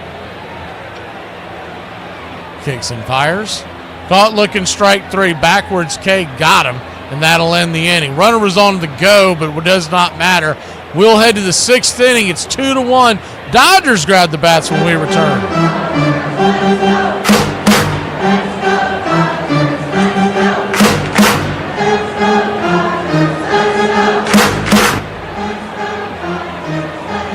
It's almost parents out there, I just want y'all to know y'all not crazy. Them kids be throwing your forks and spoons away. If you thought the homeless were running San Francisco now, did you know one of once Emperor of America? Meet America's Emperor. Norton was a Jewish fellow from England who arrived in San Francisco as a businessman. He did well for himself until 1852 when he made a bold move to try and corner the market on rice during trade bans, which blew up in his face. It broke him financially and mentally, so he'd write a manifesto. At the end of it, he declared himself Emperor of the United States. As a joke, a San Francisco newspaper ran the manifesto, and there you have it.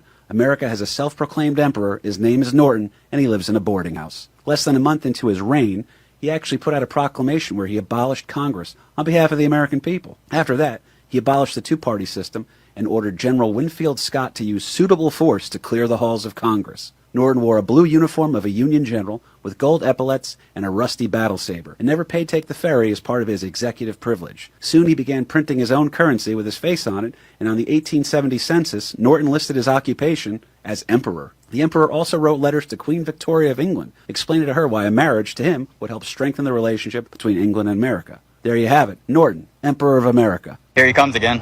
Hey, my nephew you've been talking about, he's 3 for 3 right. Is that right? That's right. You know what that sounds like? What? ThingsThatDidn'tHappen.com. Really? Yep. You know, baseball's not for everyone, man. You know, sign him up for karate or something. All I see is swinging at air. This portion of the show is being brought to you by our mystery sponsor, a product that is so good that they're paying us to keep anyone from associating it with this program. George Stallings was the manager of the Miracle Braves of 1914, who went from last place on July 4th to winning the pennant and eventually the World Series against the highly favored Athletics. But when he was dying, so the story goes, one of the would-be, soon-to-be mourners said, "George, what's killing you?" Stallings replied, "Bases on balls."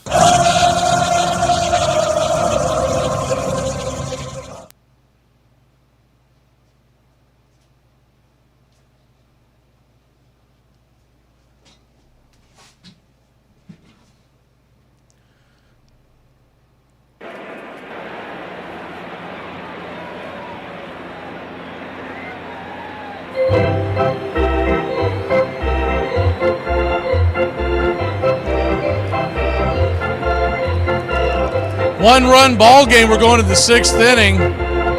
Locked up in a tight one. Dodgers lead it by 1. Top of the 6th inning we go. They'll have the heart of the order due up for the Trolley Dodgers. Freddie Freeman, first pitch swinging, pops it up. High in the sky, into right field. F9 in your scorecard.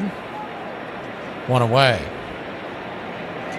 I don't know why anybody would ever pitch Freddie Freeman a strike on the first pitch of an at-bat. He has been ambushing since long into his days in Atlanta. Looks like that's Ashby and Uribe now warming up in the pen. Remember that walk-off grand slam he hit in the World Series? It's like, what are you doing throwing him a strike, man? What? First, no way, man. He is the ultimate ambusher. I'm still convinced it's the reason why so many of the Braves players today are always ambushing pitches. Is the first pitch on the way to Will Smith is inside for a strike, it's 0-1. They're constantly ambushing pitches, and they do a terrible job at it because there's only so many Freddie Freemans that are on this earth. Is the 0-1. Outside wide, 1-1. 1-1 count.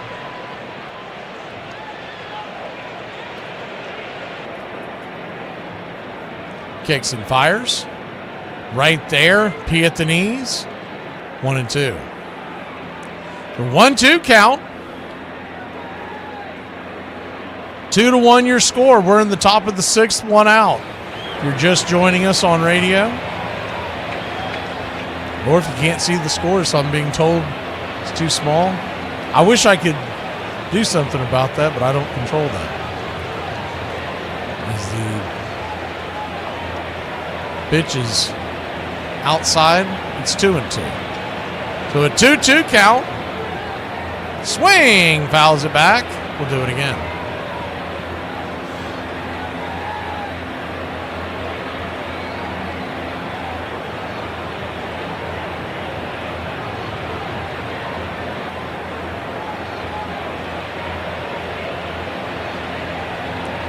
The 2-2.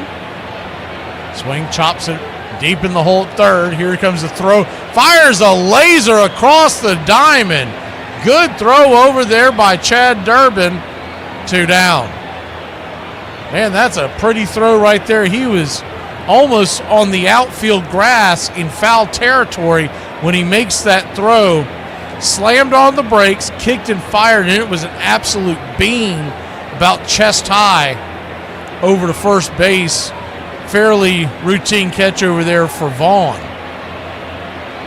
Max Muncy, righty-lefty matchup. 0 for 2 with the fly out and the line out. First pitch drops a, whoo!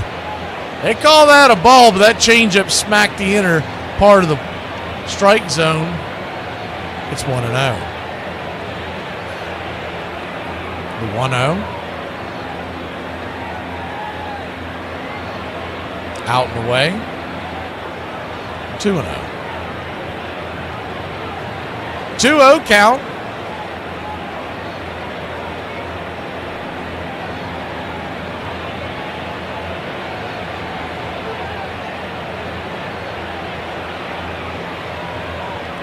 Down and in. Ball 3, 3-0.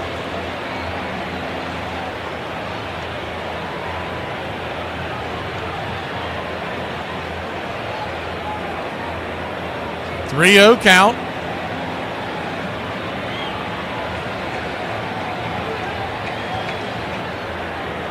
Just grabs the outer edge.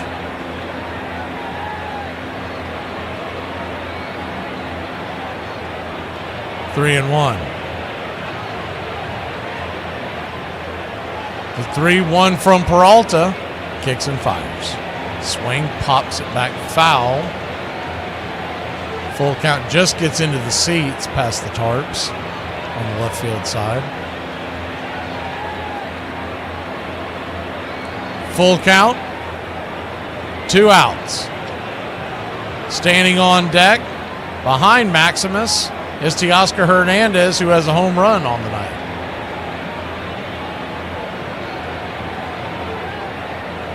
The payoff pitch.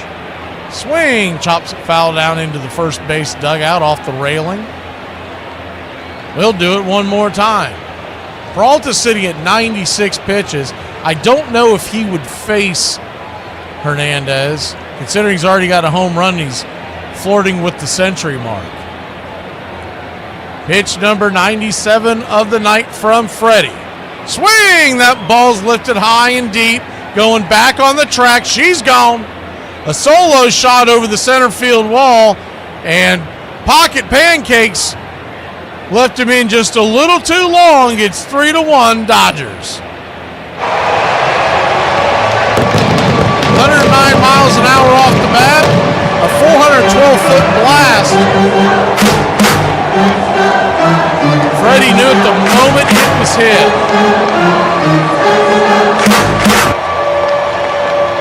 Very odd considering the fact that he had the left-hander warmed up in the bullpen. And that'll be it. Too little, too late. It's 3-1. See if the Brewers can dig back into this when we return.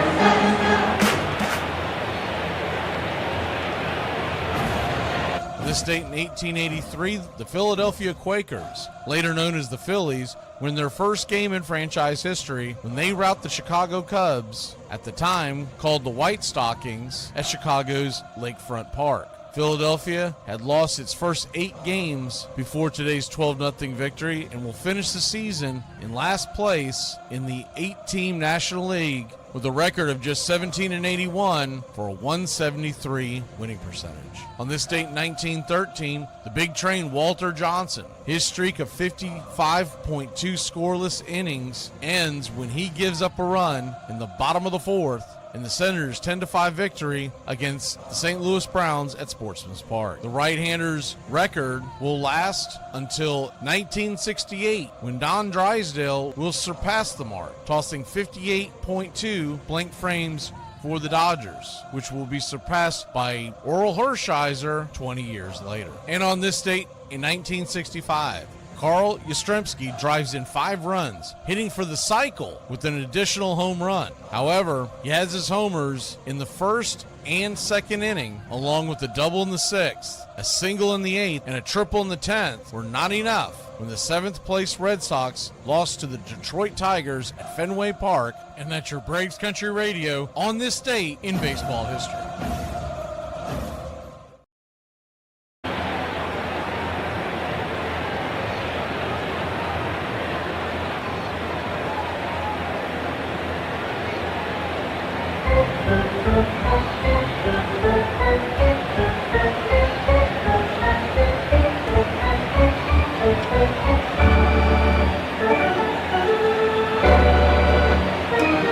Liz says she is not a Braves fan at all. Hey, it's okay. We all got our crosses to bear. 3-1 your score here in the top of the 6th. Brewers trail by 2.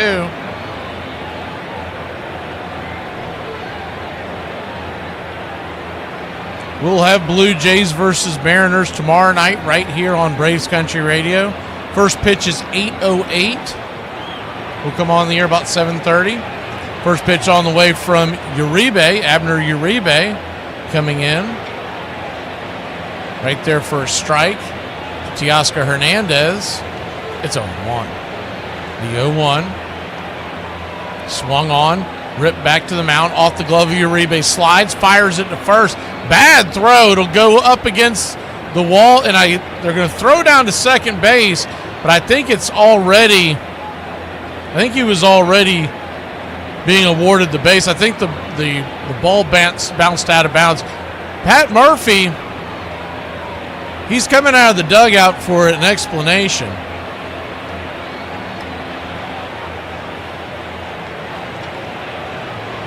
The first explanation is your pitcher threw a really bad throw to first base, skipped it across the infield like it was a rock across the pond, and it went into the dugout, bounced out, so that's what happened. They show the replay. It ricocheted back out on the field of play, but once it enters out of the field of play into the dugout, it was just right at the camera well. That's out of bounds, so he would have been on second base no matter what.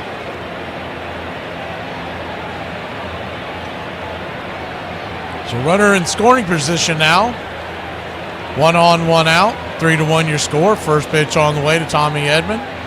Takes a sinker right there on the inner track, 96 miles an hour. It's 0-1.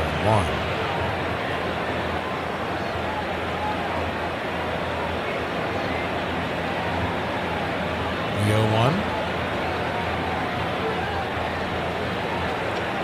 Seattle, Toronto tomorrow night, 8:08 first pitch. And we talked about it a little earlier, but it's going to be Shane Bieber for the Blue Jays versus George Kirby. As the 0-1 smacks the black on the outer edge, it's 0-2. George Kirby for the Seattle Mariners. And rest of the way, we'll have every game here. Thursday and Friday are going to be tricky. We'll tell you what we're going to do. Is the 0-2. Swing and a miss. We'll hit that up when we come back. Bottom of the 6th we go. Brewers trail by 2 here in the NLCS game number 2. Got to get your act together, Milwaukee. It's getting late early. I've been feeling kind of down today, so I'm just going to go to the gas station, let the crackheads tell me I look like Beyonce. You may not see it, but them see it, especially for $2. Hey, Braves Country, I'm Mac McGee. Join us for Pitch by Pitch, Play by Play, the classic call of Braves Country baseball. We're bringing you Atlanta Braves baseball all year long. Jump into our pregame show, Braves Country Today, just before first pitch. Stick around for the postgame show, Braves Country Tonight, where we will open up the phone lines and react to your calls or your comments all year long. That's Braves Country Radio, pitch by pitch, play by play, your home for the classic call of Braves Country baseball. He never complained, never alibied. He was never known to criticize a teammate or call an opposing ball player lucky. He accepted his great success modestly and the many vicissitudes of his life in silence. He was easy to like and hard to know. New York World Telegram. If Walter Johnson and Christy Mathewson had a challenger for the title of best pitcher in baseball, it was a troubled young right-hander named Grover Cleveland Alexander, a Nebraska farm boy, the son and grandson of alcoholics, and one of 13 children. He had honed his startling accuracy by hurling rocks to kill birds to help feed his family. He was a minor league star at 22 when a shortstop's throw to first hit him squarely between the eyes. He was unconscious for 2 days, then stricken with double vision. He kept throwing anyway, and after months of relentless work, his vision suddenly and mysteriously cleared, though he remained subject to epileptic seizures for the rest of his life.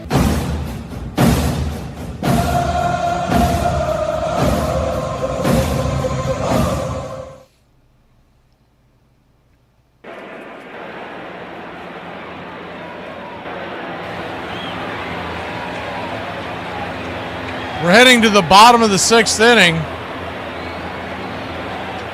And the Brewers got to get something going here, trailing by 2.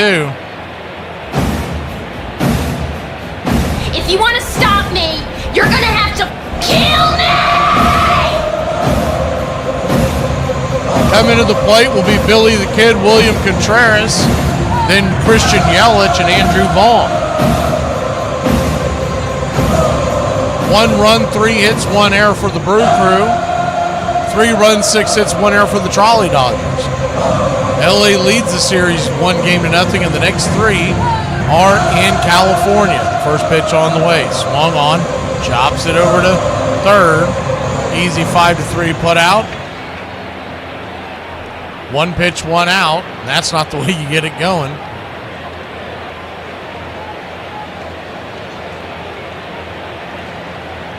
Christian Yelich has been dropped in the order, batting just .208 in the postseason. I think Pancakes is just trying to switch it up a little bit to try to get a spark going in this offense. First pitch is right there for a strike on the intercut. It's 0-1. Kind of difficult to do during the postseason. You see the top end of pitching. Is the 0-1 swing and a miss? It's 0-2. When your offense is sputtering, it's not like you're about to see a number 4, number 5 pitcher go out there, or a guy coming up for the minors trying to do a spot start as the 0-2. Curveball drops inside, 1-2. Just got to put good at-bats together and hopefully hit your way out of it.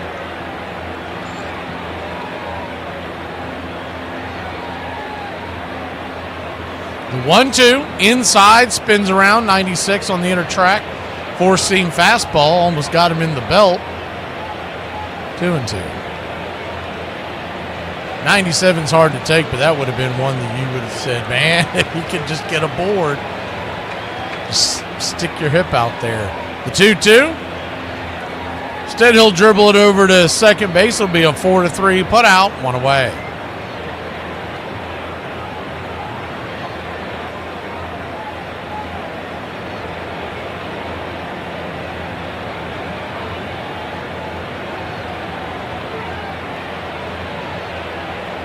Two away. 2 down. And Andrew Vaughn, the batter. First pitch on the way to Vaughn is down and away for a ball. It's 1-0.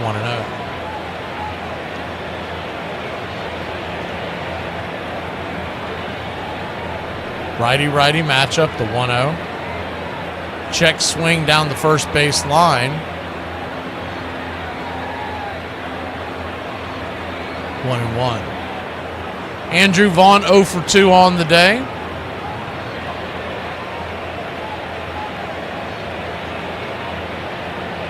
Reached on a fielding error, then flew out to center. Yamamoto cruising along here just at 74 pitches, so he'll be out there for the 7th most likely. The 1-1, swing and a miss, blew it right by him. It's 1-2. A lot of early pitch swinging by the Brewers. We talked about at the very beginning, it has backfired. It was either going to pay great dividends or backfired, and it has backfired because he's a pitcher that normally struggles to get through the 5th and 6th inning. The 1-2 fouls that straight back. Do it again. Instead, it looks like he might cruise through the 7th. They are in the middle of the order, so you'd think he'll be given the opportunity to get to the bottom of the order in the next inning. Unless something unravels. The 1-2, swing. And that's a line drive. L5 in your scorebook, and the Brewers go down. 1, 2, 3. We'll be back in a flash. Dodgers grab the bats when we return.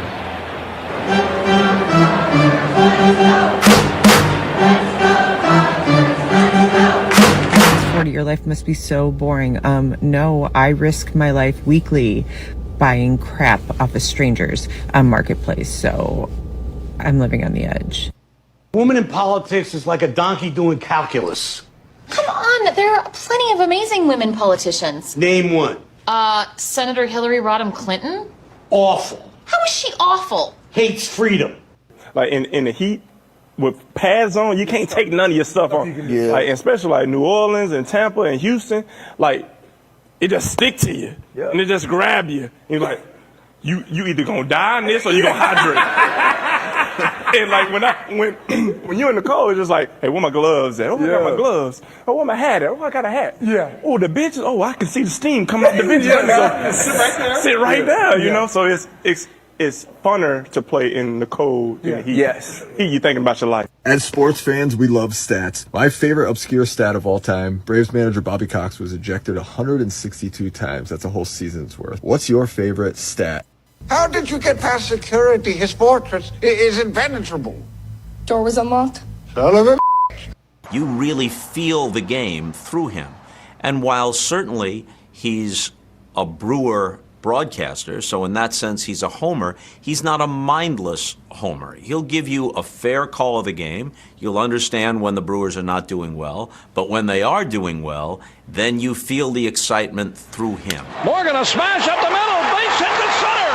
Here comes Gomez, around third, a throw, and the Brewers win. I would certainly throw his name in the hat of the Mel Allen, Bob Costas, Jack Buck, Ernie Harwell, Vin Scully, because he's up there. He knows the game and he knows how to broadcast. Hey, Braves country, I'm Mac McGee. We're bringing you Atlanta Braves baseball all year long.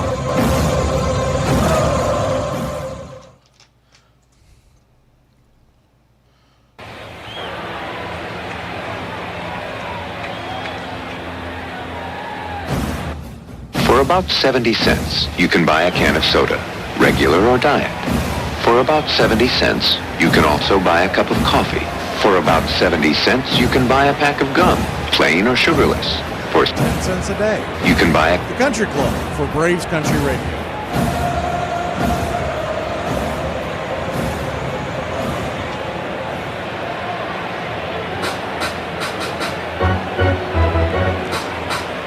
Uribe's going to go back to work.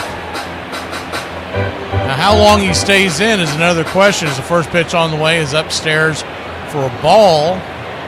It's 1-0. Kike Hernandez, right-handed bat. Paez standing on deck, right-handed bat. And then you got Shohei Ohtani. And they do have a lefty warming up in the bullpen.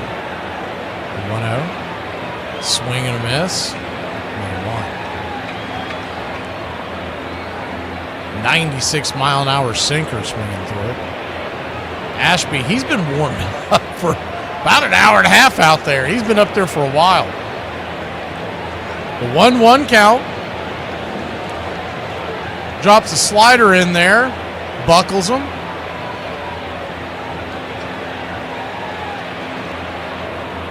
One and two.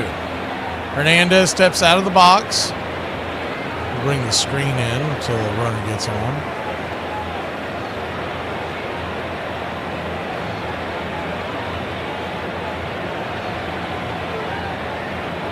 The 1-2 from Uribe. Swing, lifts it. High into right center field. Coming over. Man, that ball's going to get down where the green grass grows, off the wall. A high bouncer dribbles into the infield off the throw from the center fielder, Sal Frelick, and it's a leadoff double for the Dodgers. And Uribe's woes continue.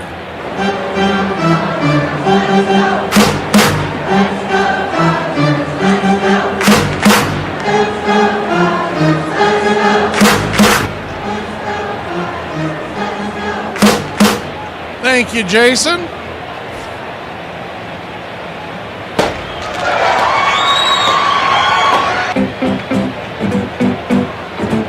First pitch on the way is right there for a strike. It's 0-1.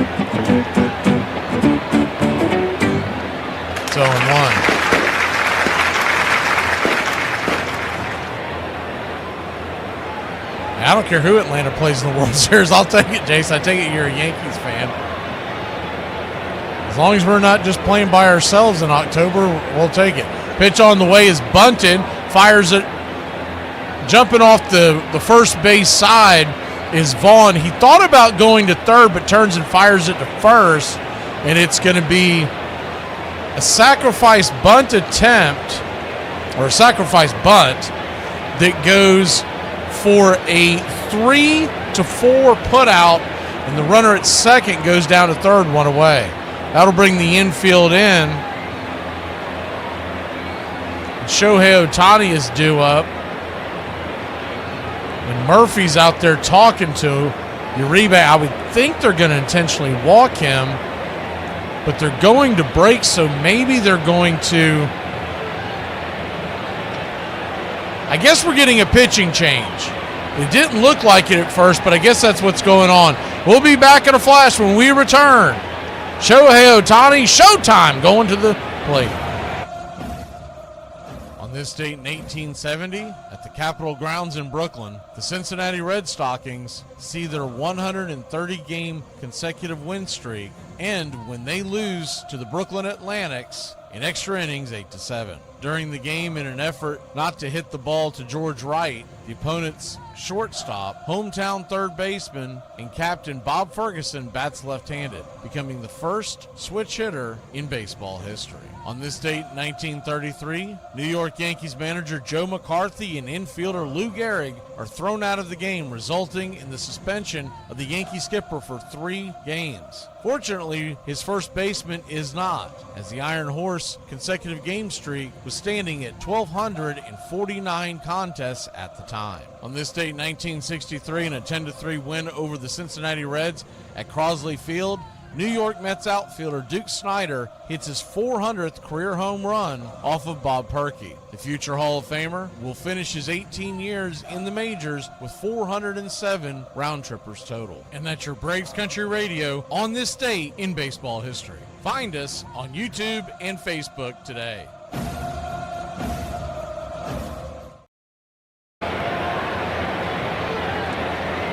Welcome back. So runner at third and 1 out. Shohei Ohtani's coming to the plate. The left-hander Andy Ashby's coming on, so it looks like they're going to pitch to Ohtani. I thought they would walk him, not to necessarily get to Betts, but to set up the double play. Instead, it looks like they're going to at least attempt to pitch to Ohtani. They may pitch around him. Appreciate the kind words, Jason. We are doing more out-of-town doubleheaders next year than we ever have during the regular season. So make sure to keep an eye out for us, because we'll be carrying, I'm assuming you're a Yankees fan, we'll be carrying the Yankees quite a bit as well. We're waiting to see all the times come out for the Braves schedule, and then we're going to go from there. But we're going to do about 2 to 3 doubleheaders a week. It depends on the times of the Braves games. The plan is to do one pretty regularly on Wednesday or Thursday, and then Saturday, and then probably a third one. First pitch on the way is down and away to Shohei Ohtani. Lefty-lefty matchup. It's 1-0. 1-0. Down and away. 1-1. We've already announced the schedule for the teams, but they haven't announced all the time. So, and also for those of y'all who have not caught us before, we do this in spring training as well, and we're going to do more spring training out of market games. We call them the out-of-town doubleheaders, and we're going to do out-of-town games. The 2-0 pitch is chopped foul off the plate to 1. The idea is to bring more baseball fans in here.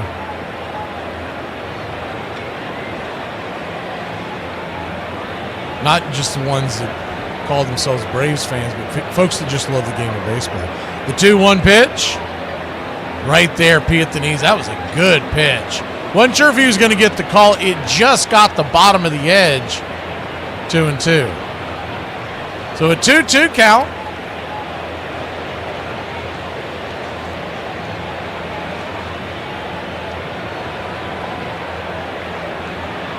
Pitch swung on, chopped foul. Do it again. Charlie, I'd rather see a replay of the 1995 World Series or the 2021 World Series. Braves lost the 91 series. Let's do a replay of one we won. The 2-2 count. Or the 57 series. Would the Braves actually beat the Yankees? The pitch on the way. Swing! Pops it up. Will it stay in play? Can of corn over by third base. Drifting over. It'll bang into the seats. Just past the third base dugout roof. We'll do it again. Yeah, that's what I was saying. As was 95, 2021, 57. We'll take a 1914 Miracle Braves. The 2-2. Swing, rips it through the hole, and that's going to be a base hit. And so pitching to Ohtani and not pitching around him is going to pay off poorly, and the Dodgers take a 4-1 lead. Strange strategy there.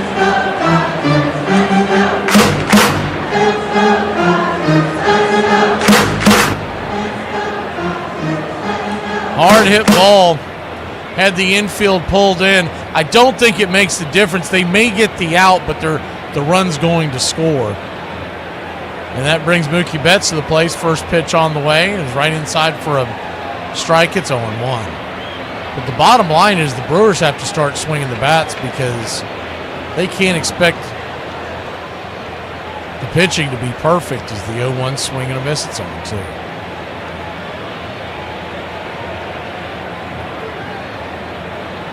They bunted him over to, you must have stepped away, firefighter. They bunted him over to third base, and then the pitching changed, and when he came back, Ohtani ripped it through the hole.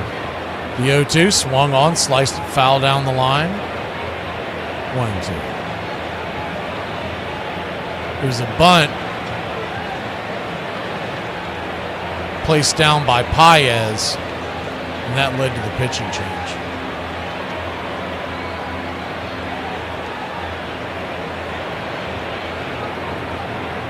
The 0-2 count.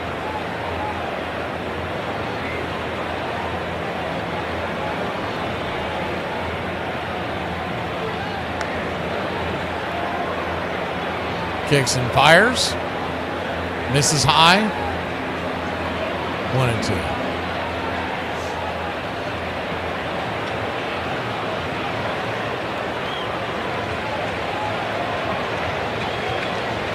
The 1-2 pitch, swing, slices it towards right field, but making the catch out there is Churio for out number 2, and that'll bring Freddie Freeman to the plate, who's 0 for 3, batting .226 in the postseason, but he does have a home run in this series.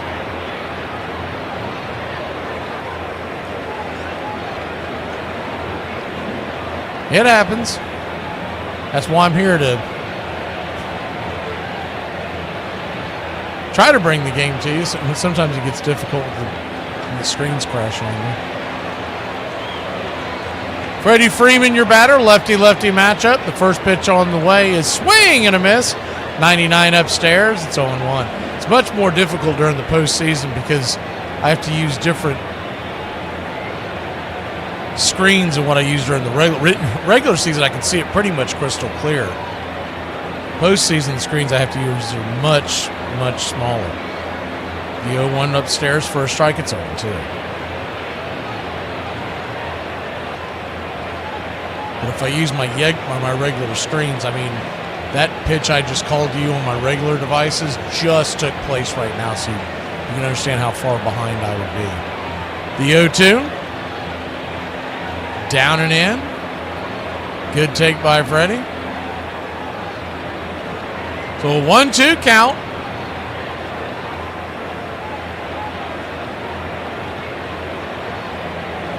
Ashby comes set. Contreras sets up on the outer edge. Here's the pitch. Swing, smacks it back to the backstop. Up against the screen, we'll do it again. Good to see you, Paul. Not sure if you were in here earlier, but I missed you. Brandon, good to see you. The 1-2 in the dirt. Runner takes off and hit. Shohei Ohtani will have that base stolen with ease, as Contreras had a hard time getting a hold of the ball. It fell out of his hand.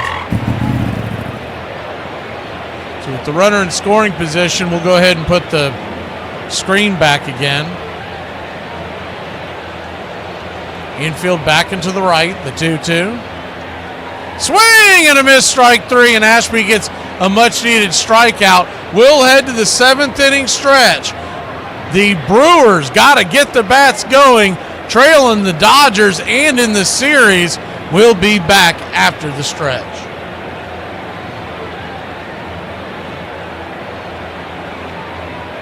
All right, I can't see you. Let me hear you. A 1, a 2, a 3.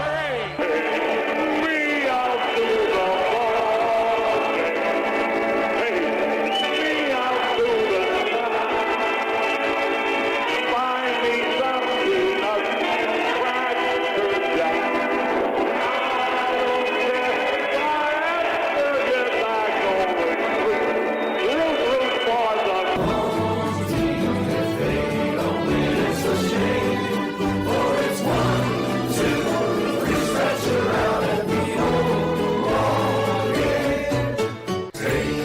out to the ball game. Me out to the sky. Find me something up and crack Jack. I don't care if I have to get back on the street.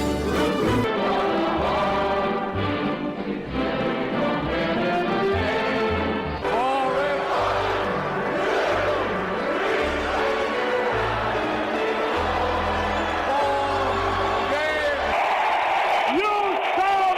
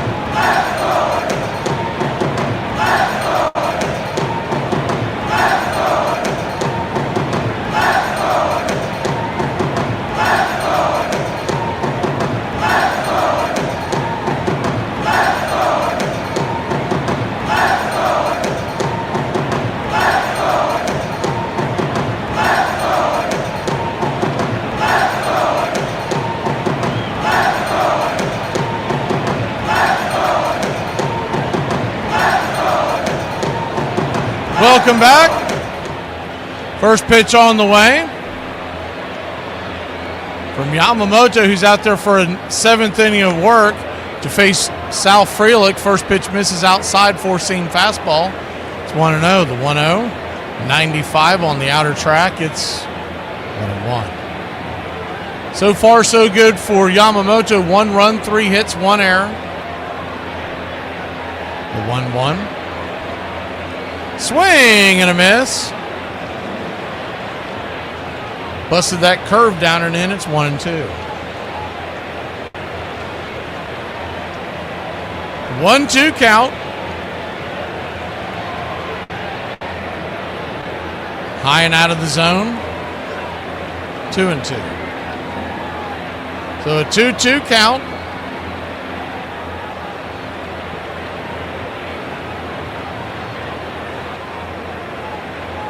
Pitch on the way. Swing roasted up the middle.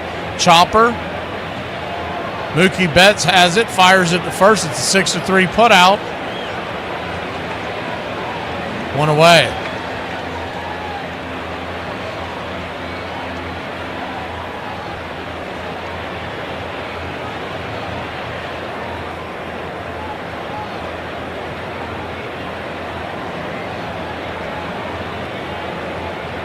First pitch on the way is a teardrop curveball right there at the knees on the outer edge to Chad Durbin.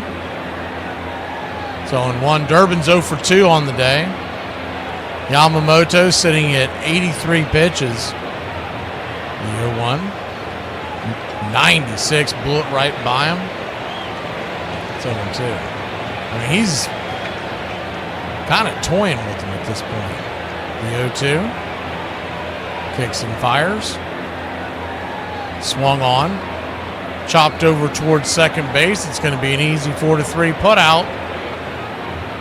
And quickly 2 down. That'll bring Bowers to the plate. Ortiz, the number 9 hitter, moves to the on-deck circle. And as shaky as the Dodgers bullpen is, I mean, this is a godsend for Dave Roberts. He hasn't had to do any managing. He just has to roll the starting pitcher out there, and they get him to the 7th, 8th inning. First pitch from Bowers is off the plate. It's 1-0. Myers, the right-hander, is warming up in the pen for the Brew Crew. 1-0 off the plate. 2-0. 2-0 count. We may see a pinch hitter for Ortiz, though maybe a little too early here in the 7th inning. He stands on deck. They've pinch hit for him several times before. Is the 2-0 right there. 2-1. I'd say if he leads off the 8th, he most definitely is going to get the pinch hit.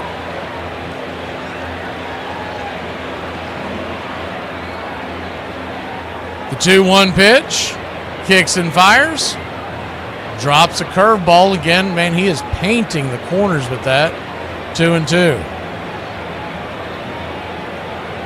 Blake Snell threw a gem last night, and other than the home run, first pitch of the game for Yamamoto, he's done pretty much the same. It's always been the question about the Brewers, can they score runs in October? The 2-2. Swing. Rolls it over towards second. Should be an easy 4-3. And busting it down the line is Bowers, but he'll be out by about 2 steps. 4-3 putout. We'll go to the 8th inning, and you know what that means here on the BCR. 106 miles to Chicago. We got a full tank of gas, half a pack of cigarettes. It's dark, and we're wearing sunglasses. Hit it. Happy hour. When wins become losses and losses become wins. You guys going to happy hour? Yeah, I'll come for a couple. Just a couple though, not like last time. When buying a beer, don't make this mistake. Buying only one beer can cause a misalignment in your spine due to the uneven weight distribution. This can cause unnecessary back pain and potential spine issues. To prevent this, carry 2 beers, ensuring your body is balanced and proper health maintained. Okay.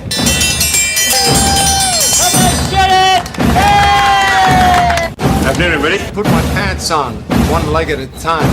Guess what?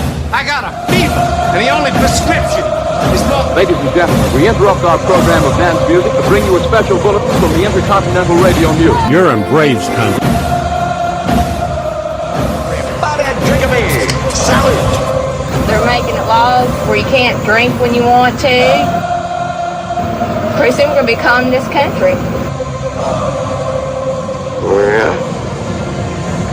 For me and the Lord, you gotta understand it. We're on a mission from God.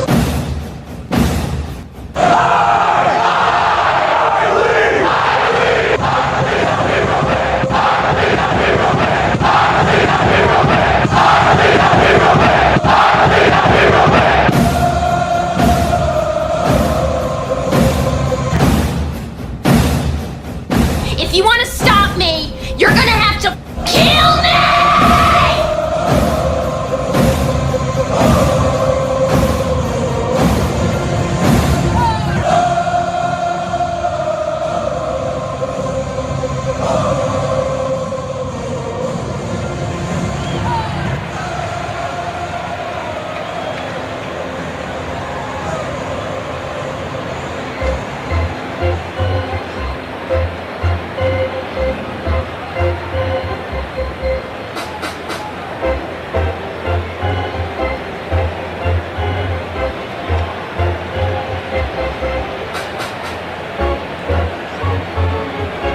Welcome back.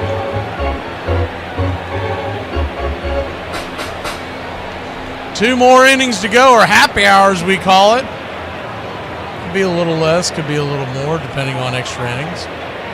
Started this tradition a few months into the season this year, and I think it's become a favorite for everybody. Appreciate everybody joining in and putting the emojis up. Myers comes out of the bullpen, righty-righty matchup. First pitch swinging by Will Smith, and he's going to dump that into right field, and it's a leadoff single for the Dodgers.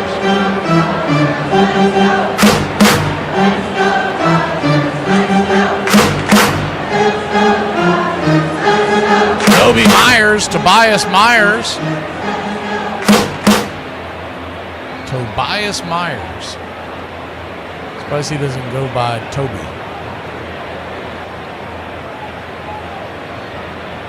Tobias Myers set to face Max Muncy now with one on, nobody out. First pitch on the way is upstairs for a ball. Now they call that a strike. Wow. It's 0-1. Runner at first. We'll peel in here to get a little better look at what Max Muncy's doing. As the 0-1 is a swing and a miss. It's 0-2. 0-2 count. Standing on deck is Teoscar Hernandez. Muncy homered his last time up. 1 for 3 on the night with the right running an RBI. The 0-2 misses high. 1-2. That was up above the dome of Max Muncy. Was over the plate, but about a foot high out of the zone. The 1-2. Misses high upstairs once again. Almost the exact same spot, same pitch. Two splitters missing well out of the zone. So a 2-2 count.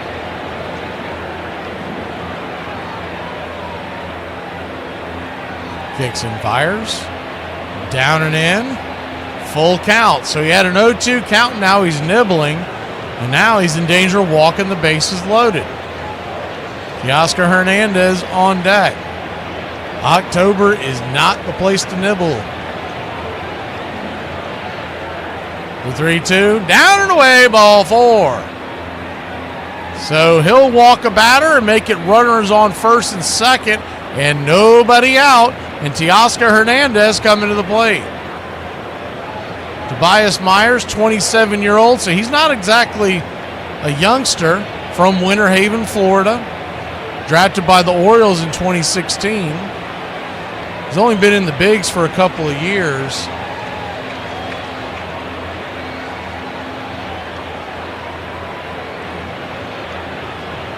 His first pitch to Teoscar Hernandez. Swung on, smacked back. It's 0-1. Myers was more in a starting role last year through 138 innings.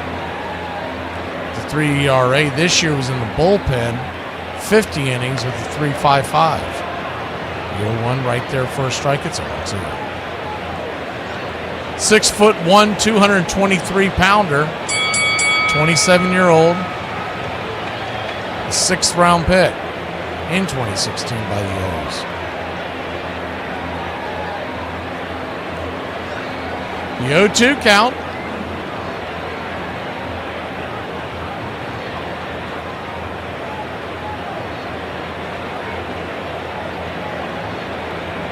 Brings it.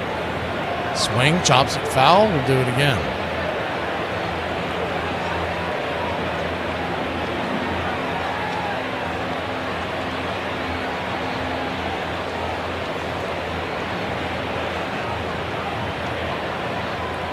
Two on, nobody out. The 0-2 rifles that foul. Do it one more time. Getting in front of these hitters, just can't put them away.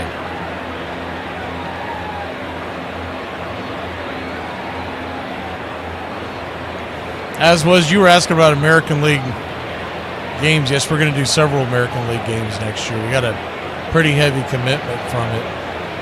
Got a news on that a few days ago. The 0-2 in the dirt, 1-2. At least one a week, if not 2 to 3. 1-2 count. They just showed Jose Quintana in the dugout. He might have someone they have to turn to. He could be an unlikely hero. The 1-2 swung on, chopped it over towards third. There's only one play throwing at 2 first base, 5-3 put out. Just got him in time. One away, slow developing chopper. And the only throw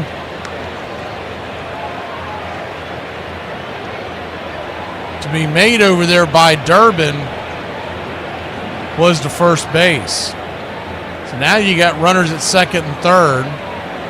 Tommy Edman, the batter. And how do you not walk him here?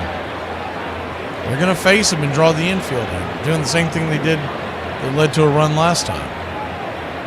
First pitch on the way, high and out of the zone. It's 1-0. Set up a force at every base if you walk Edman, the left-hander, and there's a right-hander standing on deck.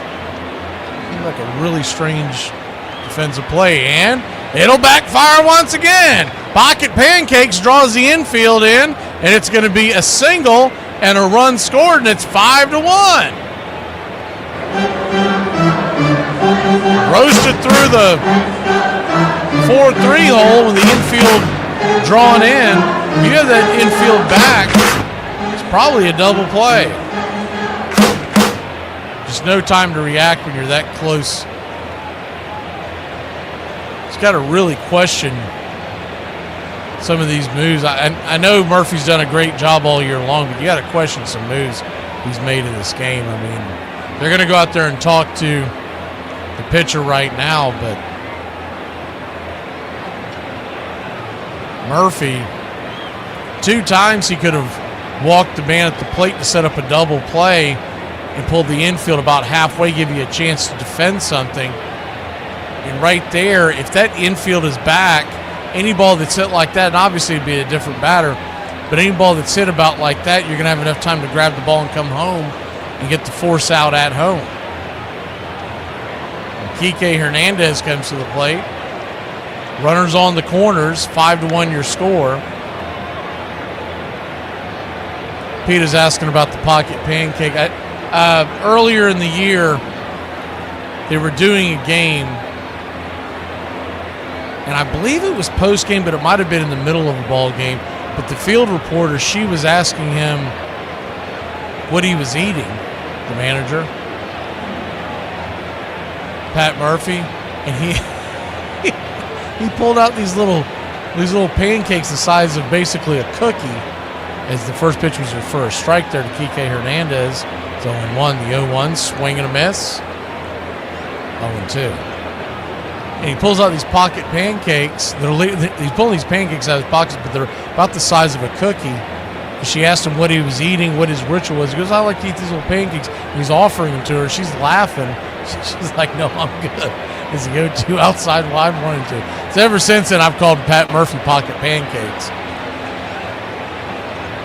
He's a likable manager. I really do like him, but these moves he's making in this game are just dumbfounding. 1-2. Swing, fouls it back. And you can't just give up because you have 2 more at bats, and the Dodgers bullpen has been very questionable. That's their biggest Achilles heel all year long. But you get far enough behind, it's not going to matter, especially with the Brewers' offensive limits. The 1-2, inside, 2-2.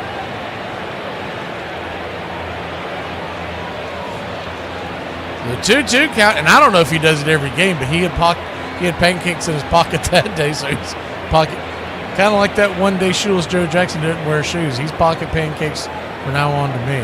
The 2-2 fouls it into the seats, about 3rd or 4th row, maybe 5th. Souvenir for some Brewer fan.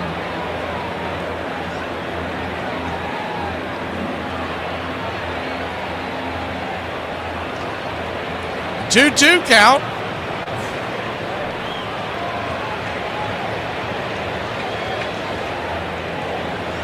And I have no idea if they're homemade or if he buys them off the shelf somewhere. I just know they're about the size of a cookie and they were a pancake.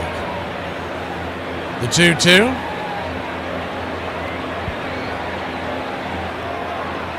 Misses high, ball 3-2. So full count now. Standing on deck is Paez.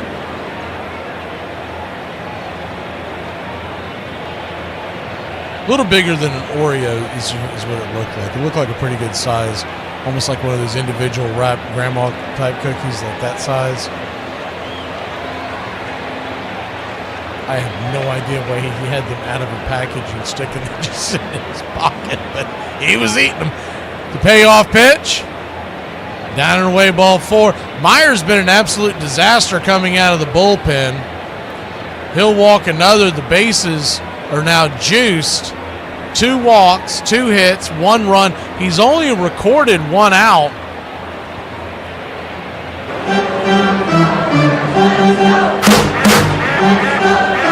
Ducks all over the pond.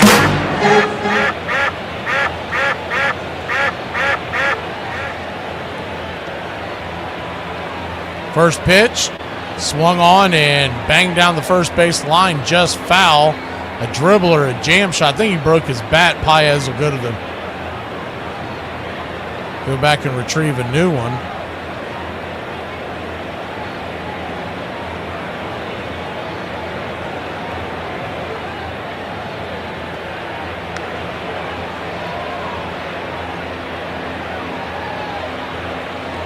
The 0-1. Swing. Pops it back foul. It's on 2.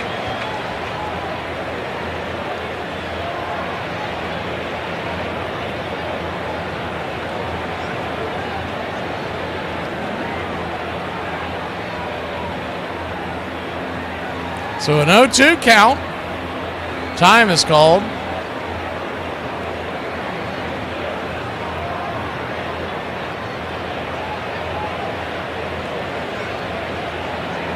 Dodgers lead at 5-1. Tomorrow night's game, ALCS game number 3, right here. Braves Country Radio is the 0-2 down and in, 1-2.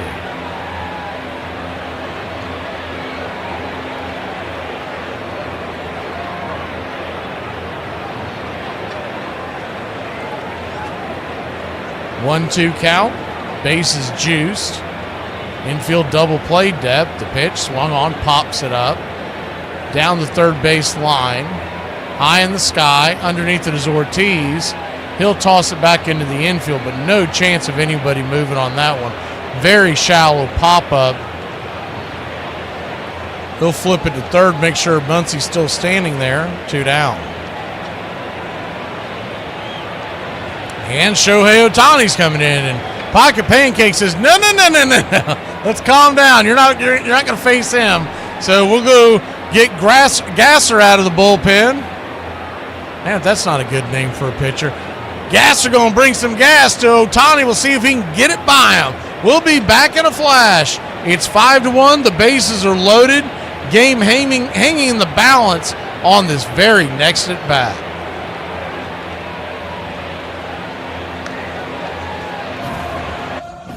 This date in 1932, Brooklyn's 10-inning, 2-1 victory over the New York Giants at the Polo Grounds makes reliever John Quinn, at age 49, the oldest to win a major league game. Johnny Frederick, who will have only 6 home runs during the entire season, hits a 9th-inning game-tying homer off Carl Hubble, his 4th-round tripper as a pinch hitter, establishing a new major league record. On this date in 1939, in an evening event that attracts over 30,000 in the Windy City, patrons at Comiskey Park watched the White Sox beat the St. Louis Browns 5-2, the first major league night game ever played in the city of Chicago. Their crosstown rivals, the Chicago Cubs, will take another 49 years to play under the lights. When the Cubs finally install illumination in the friendly confines, of Wrigley Field under the threat of not being able to play postseason contests in their home ballpark. And on this date in 1953, at their home in Fairfield, Connecticut, David Mulaney and his 13-year-old son create the first successful prototype of a ball that is easy to throw a curve, saving the arms of young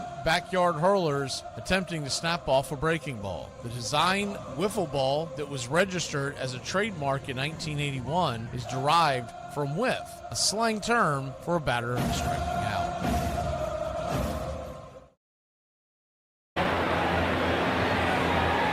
Well, here we go. He just showed a clip right as Myers getting taken out of the game. He was ripping his fingernail off with his teeth.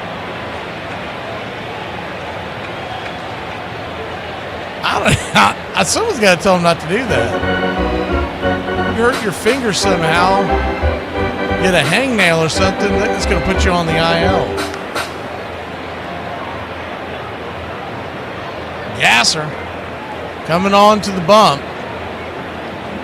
Robert Gasser, I don't even know her, has a 3.18 ERA. First pitch on the way, lefty-lefty matchup. Swing and a miss to Ohtani. It's 0-1. Now they're going to tell us that Robert Gasser is the 0-1. Swing, fouls it back. It's 0-2. Is a 6-foot, 192-pounder out of El Dorado, California, 26 years old. But I'm telling you, he would be carded at most bars. The 0-2. Brewers fans trying to root him on. The pitch, swing and a miss, strike three. And that'll end the inning. Nothing else he'll be able to tell his grandkids that. He struck out Ohtani with the bases loaded. As long as they don't look up the score of the game, they'll be impressed. We'll be back in a flash. Bottom of the 8th we go. The Brewers trail by 4. Don't be jealous that I've been chatting online with babes all day. Besides, we both know I'm training to become a cage fighter. Jacksonville. The community. Duval. What the was that? Oh, we're losing every game next year. I see it. We losing every game. He's running. I gotta get back to Jacksonville. I need to talk to somebody. Over my dead body. Will she feel good about herself? Over my dead body. Will she have good self-esteem? How dare she? How dare she? Not on my watch. As God is my witness, she will never, ever feel good about herself online. Not today, not ever. Was that your thought process when you wrote your comment? I don't know what's more impressive, the fact that my coworkers can do the same thing every day and still mess it up, or that they can mess up every day and still have a job. He's not in the Hall of Fame as an announcer because he's funny. He calls a game as good as anybody. It is indeed an honor for me, personally, to present to my friend Bob Uecker the Ford C. Frick Award. They told me that I was going to go in, and they asked me about doing something, right? Get up there and do my thing, right? I said, well, how long do I have? You know, tell me how long I have. Maybe 6-7 minutes. I said, I can't work like that. I can't do that. He said, what do you need? I said, 15 minutes. I can, I'll do something in 15 minutes. My first sport was 8th grade basketball, and my dad didn't want to buy me the supporter, Johnny, to do the job. So my mother made me one out of a flour sack. Look, I'm a good woman and I love Jesus, but honey, I'm still crazy, so please be careful whenever you address me.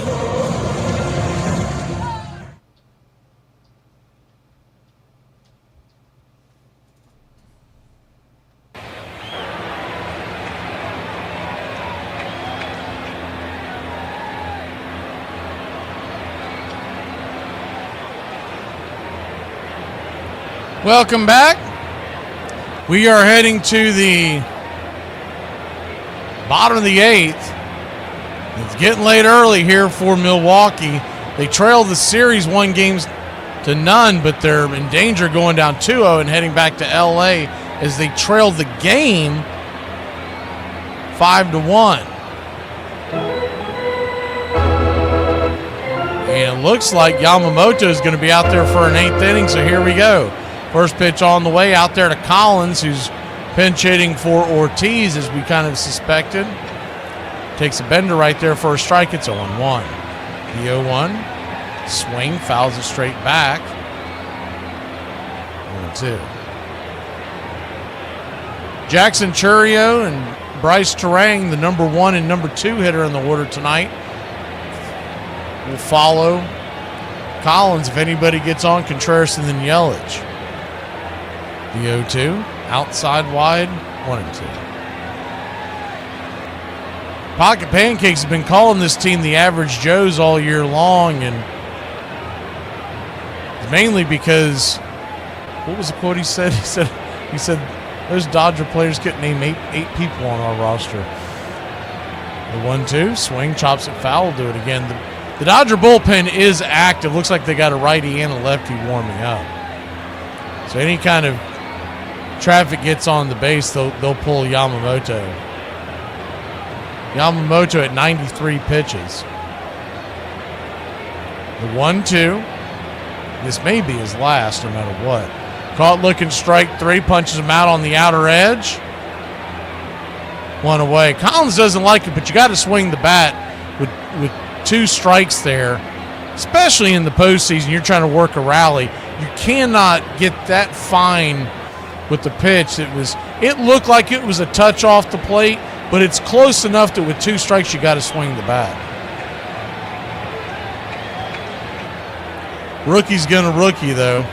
We go back to the top of the order, and they will send Yamamoto for the 4th time through the order. And the first pitch swinging, Churio dribbles it over to third, 5-3 putout, and he gave that at bat away.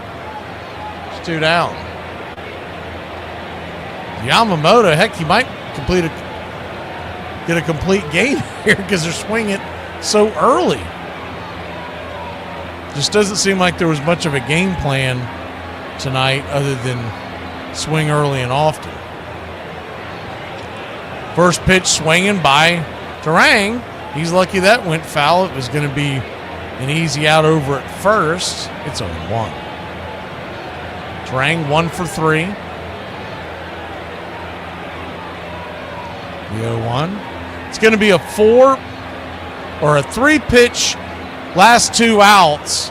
And Yamamoto threw, what was that, 8 pitches in that inning. He's at 97. He might go back, as that was a 4-3 putout. Mookie Betts, the middle of the order, due up for the Dodgers, and they lead it by 4. Nowadays, y'all have Miley Cyrus telling you to buy your own flowers. I support that. That's great. But I had Carrie Underwood telling me to slash his tires and key his car. Catch a charge, that's okay. That's okay, but he learned his lesson. He can have that girl with her fruity little drink. Today we're going to talk about the career of Mickey Mantle. In almost 2 decades, he compiled a lifetime OPS plus of 172. This puts him 7th best all time. He won the league home run title 4 times and the league slugging title 4 times. He hit 300 or better in 10 seasons. He was a 20-time All-Star, had 3 MVPs, won 1 batting title, 1 Triple Crown, and also won a Gold Glove. He played in 12 World Series during a 14-year stretch. Mantle would help the Yankees win 7 titles in his career. He is the only switch hitter to hit 50 home runs, and he did it twice. The 1951 World Series, Mantle would trip over an exposed drainage pipe while attempting to catch a fly ball. In 1969, it was determined that Mantle had played all of those years with a torn ACL in his knee without having it repaired. Mantle finished his career with a .298 batting average, 536 home runs, 1,509 RBIs, and had 2,415 hits. Alexander stormed into the majors in 1911, striking out 227 men for the Philadelphia Phillies in his very first season. He would win 30 or more games 3 seasons in a row. He pitched 4 one-hitters in 1915 and 90 shutouts during his long career. He was utterly businesslike on the mound, throwing an arsenal of pitches with pinpoint accuracy. Game after game, he'd pitch in an hour and a half, a teammate recalled. No fussing around, no stalling, no wasted motion. Even the men he struck out so consistently liked him. Between games, he was modest, good-humored, and kept mostly to himself. But then he began to drink.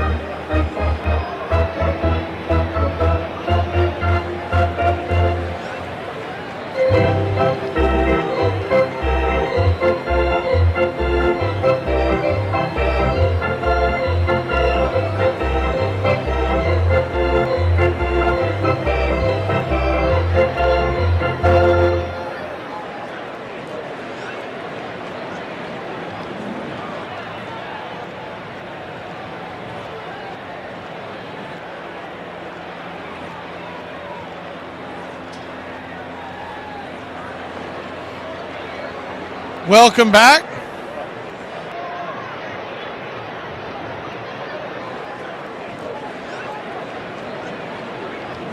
Mookie Betts gets hit on the shoulder as we come out of the break. Sorry, I lost the feed. I got confused on what the heck happened. Mookie Betts' first pitch by Gasser hit him on the elbow. He doesn't wear protective padding there, but I think he got him above the elbow, so he appears to be okay as he heads down to first. And he'll head on down to first, and the Dodgers have a runner to start the inning. Almost like a free pass. It happened so quick, I thought they intentionally walked him. First pitch on the way is a swing and a miss by Freddie Freeman. It's 0-1. The only reason why I knew what happened is because I saw it on the 3D. It zipped out on my end. The 0-1. Swung on, pops it up down the left field line, giving chase towards the corner, into the corner, and out of play. Bowers. It's 0-2. Monasterio is going to take over at short for Collins, who pinch hit for Ortiz. That was the only change in the defense. Freddie Freeman 0 for 4 on the day. Struck out swinging his last time up, the 0-2. Outside wide 1-2. As far as the Dodgers, there have been no defensive replacements. There's a right-hander warming up in the pen. It's Anderson for the Brewers. The 1-2. Outside wide. 2-2. Andrew Monasterio. Over at short. He'll be batting ninth.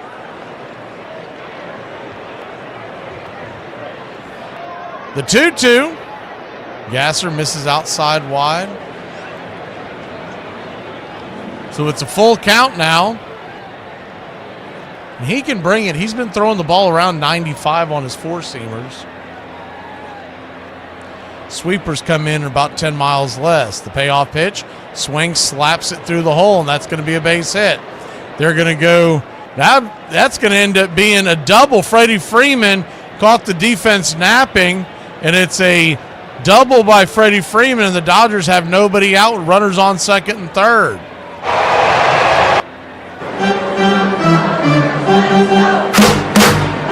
Rocking it through the hole.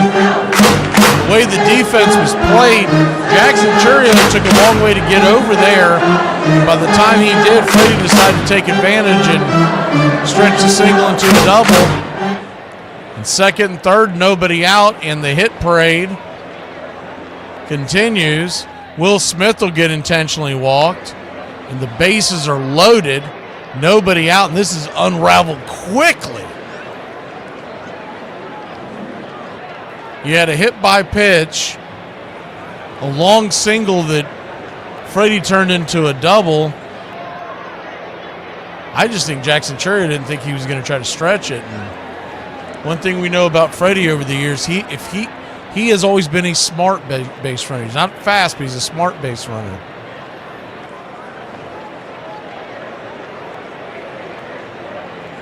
First pitch on the way to Max Muncy is off the plate. It's 1-0. This isn't where you can really nibble. I know the youngster Gasser's afraid of making this a bigger lead, but you can't really nibble here because there's nowhere to put him as the 1-0 swing and a miss 1-1. And with nobody out, you can't fall behind in this count.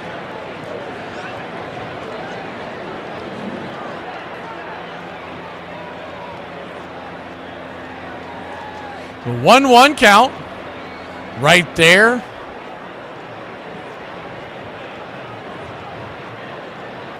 Hit him with the sweeper on the inner cut. It's 1-2. Lefty-lefty matchup. Standing on deck is Teoscar Hernandez. Big at bat here for Gasser. The 1-2. Swing and a miss, strike 3. Got him with the bender off the plate. One away. The way his arm angle is coming in on lefties, that has got to look like that ball's coming from the dugout.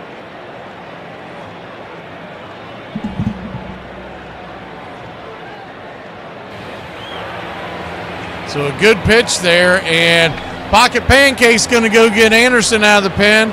Righty-righty matchup when we return. Teoscar Hernandez from the three-quarter sidewinder of Anderson, and it is a 4-run game, and the bases are juiced. We'll be back in a flash. On this date in 1951, Preacher Rowe wins his 20th game when the Brooklyn Dodgers beat the Pittsburgh Pirates at Forbes Field 3-1. 36-year-old southpaw from Viola, Arkansas will finish the season with a 22-3 record, throwing 19 complete games in his 33 starts. On this date in 1968, in a nationally televised game, Denny McLain becomes a 30-game winner when the Detroit Tigers rally for 2 runs in the bottom of the 9th inning to beat Oakland 5-4. The Detroit right-hander, who will finish the season 31-6, is the first to accomplish the 30-game feat since Dizzy Dean in 1934, and the last to ever do it. And on this date in 2011, Atlanta Braves fireballer Brandon Beachy establishes the modern record for strikeouts in a season by a rookie pitcher when he whiffs 8 batters in 4 1/3 innings, bringing his total to 160. Irv Young struck out 156 in 1905 when the team played in Boston and was known as the Bean Eaters. And that's your Braves Country Radio on this date in baseball history. Find us on YouTube and Facebook today.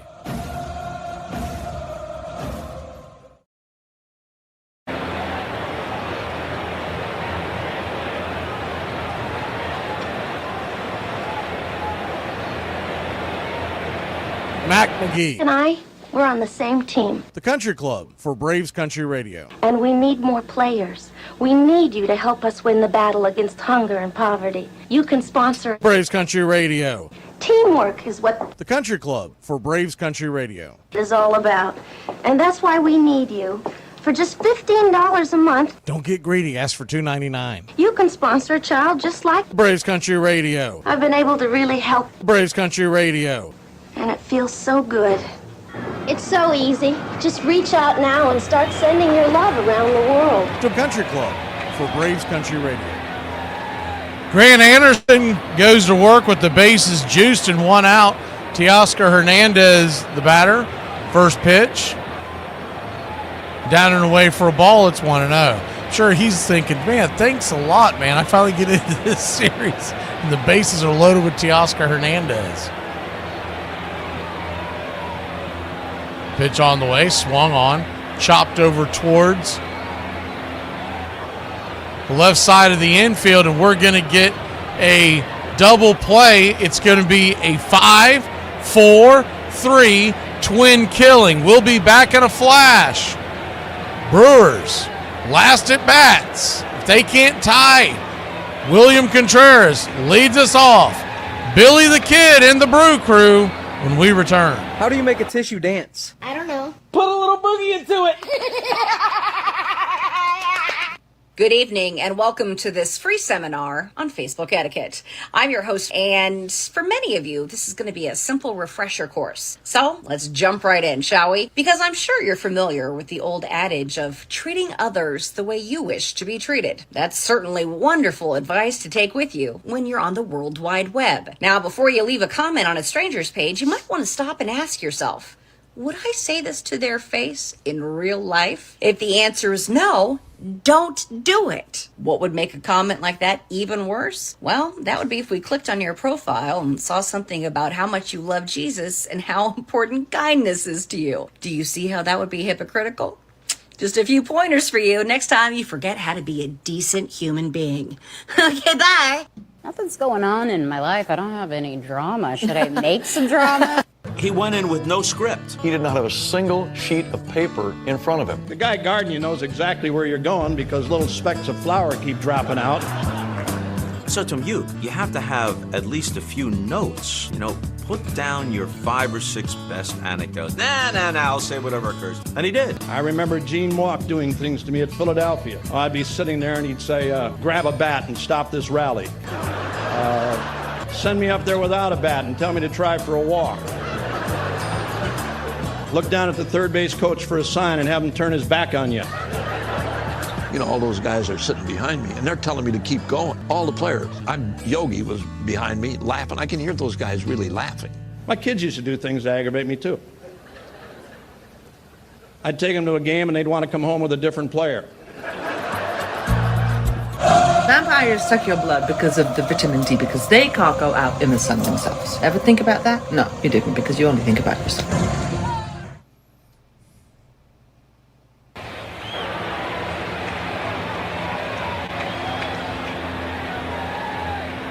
Well, 5-1 your score, and the Brewers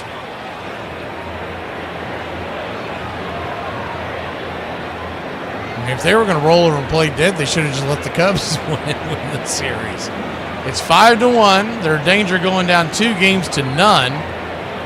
And the Brewers will have to go to Dodger Stadium and win 2 of 3 to return it to Milwaukee if they can't come up with the win tonight.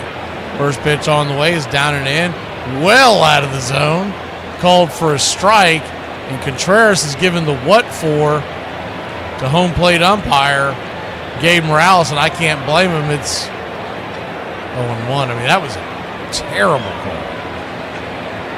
Yamamoto's still out there looking for a complete game. The 0-1 in the dirt. He called that one a ball. 1-1. I mean, that pitch was so far in, it almost came close to hitting Contreras because it went into the box. As the 1-1's fouled back, it's 1-2. That's not going to be the difference in who wins this game, but it's like, how are umpires like this making it to the NLCS behind home plate? Or is he just not paying attention? Was he kind of drifting out? Is the 1-2 pitch high and out of the zone, 2-2. But if you look at a team trying to make a comeback, and it should be 3-1 right now, not 2-2, it's a big difference. The 2-2, 101 pitches for Yamamoto, brings it, swing, chops it foul, we'll do it again. Infield is back and they're guarding the lines. So big holes over on the 5-6 and 4-3. But they're doing that to prevent extra bases. The outfield is deep as well. The 2-2, swing, pops it back foul.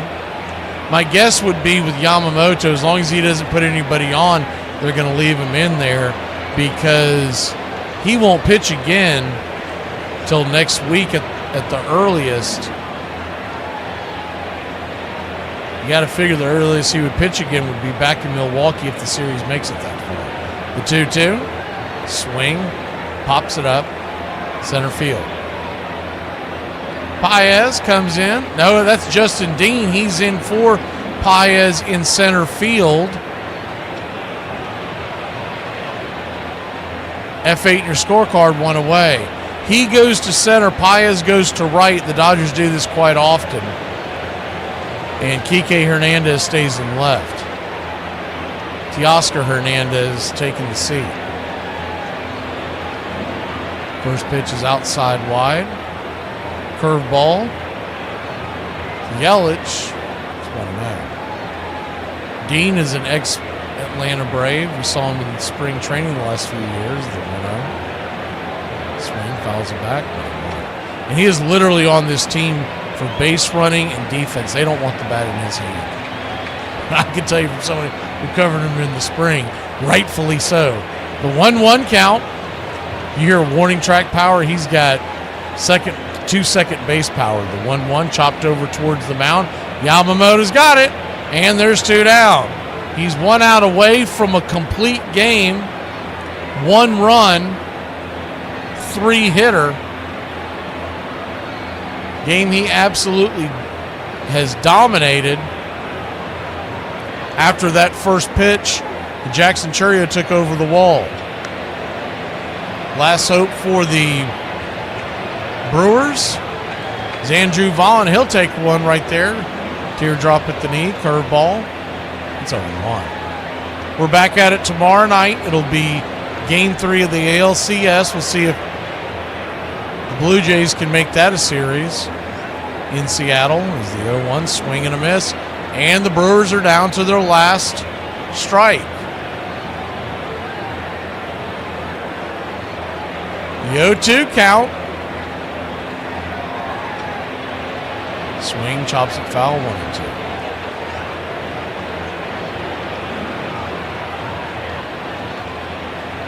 The Brewers would have to win 4 of the last 5, Tree Nug, is the way that works if they don't get it here. The 0-2. 2 would be back here in. Swing and a miss, strike 3, and that'll end the inning. That'll end the game. Dodgers win. Dodgers win. A 5-1 dominant performance. And game ball, I mean, is there any doubt? Yamamoto, 9 innings, 1 run, 7 strikeouts, 1 walk. He gave up the solo shot to Jackson Chourio on the first pitch of the game and then slammed the door after that. Max Muncy went yard. Teoscar Hernandez went yard. 2 solo shots. RBIs for Tommy Edman, Andy Paez, and Shohei Ohtani. And the LA Dodgers go back to Hollywood, leading the series 2-0, and the next 3 are in LA. We'll see you tomorrow night for Game 3 of the ALCS. Game 3 of the NLCS is 6 p.m. on Thursday. We're going to bring you the game on Thursday, and depending on what time we get done with that game, we're going to bring you the tail end, or the probably halfway through of the I don't think I went over it before, but essentially Thursday we're going to bring you the 2 double headers, and we're going to see where the series are at. But what it looks like is that Thursday we're going to come on, give you Dodgers versus Brewers, and then when that game ends, we're going to go over to game. It's only going to be on the same feed, because catching these games 4 or 5 innings into it, it's going to take too much time to go over and kick them back up. So tomorrow night, Thursday night, and Friday night, all 3 of those feeds are single game feeds. We're not doing double feeds. So we'll see you tomorrow night. Have a great night, y'all. And the Dodgers, congratulations. A dominating performance for Yamamoto. A dominating performance by Blake Snell. Are the Brewers' bats going to wake up? That's the name of the game. We'll see you tomorrow night, 7:30 Eastern.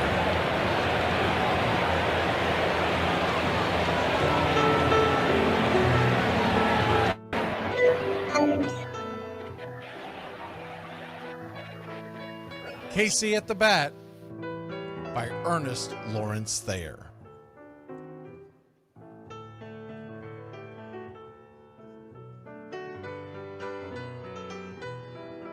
The outlook wasn't brilliant for the Mudville Nine that day.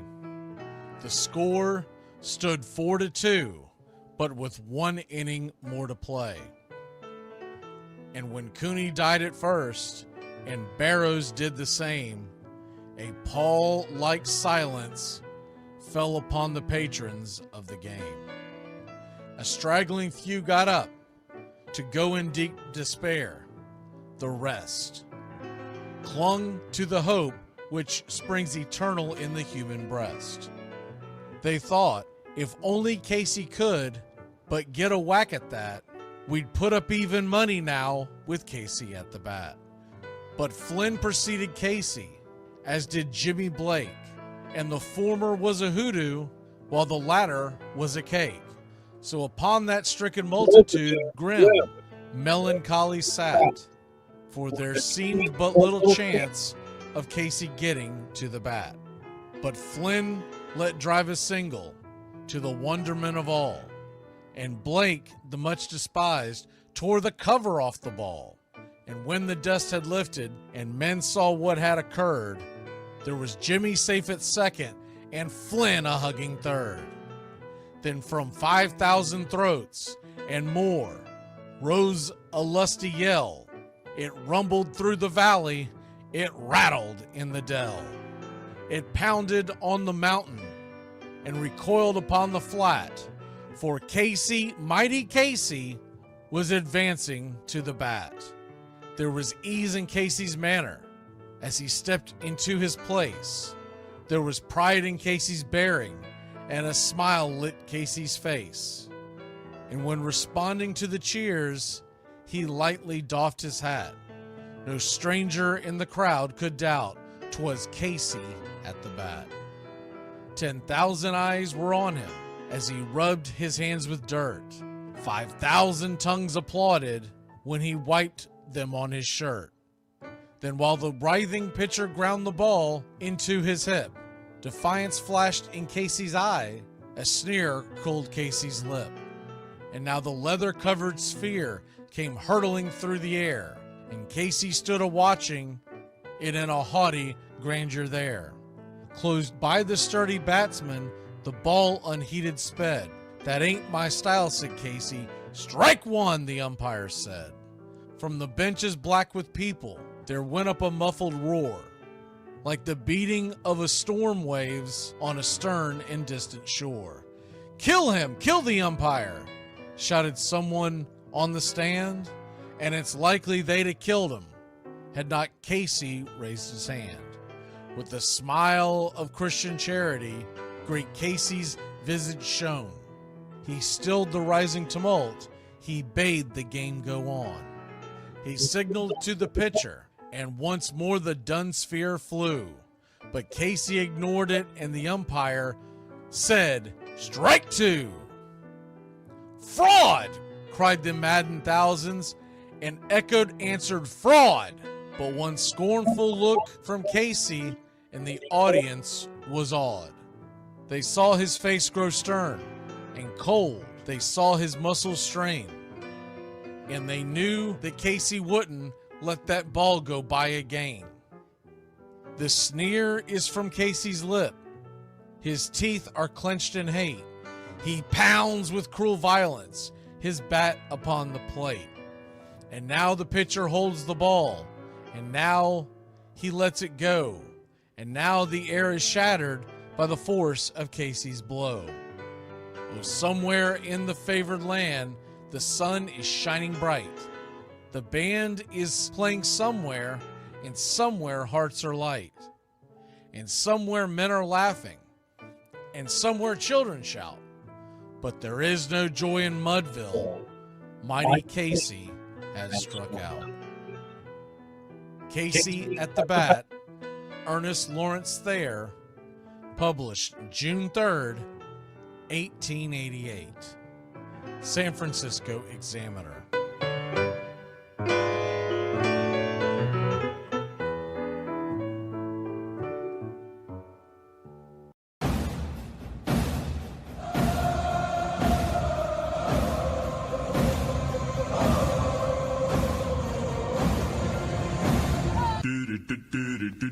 Goodbye, sweetheart. Well, it's time to go.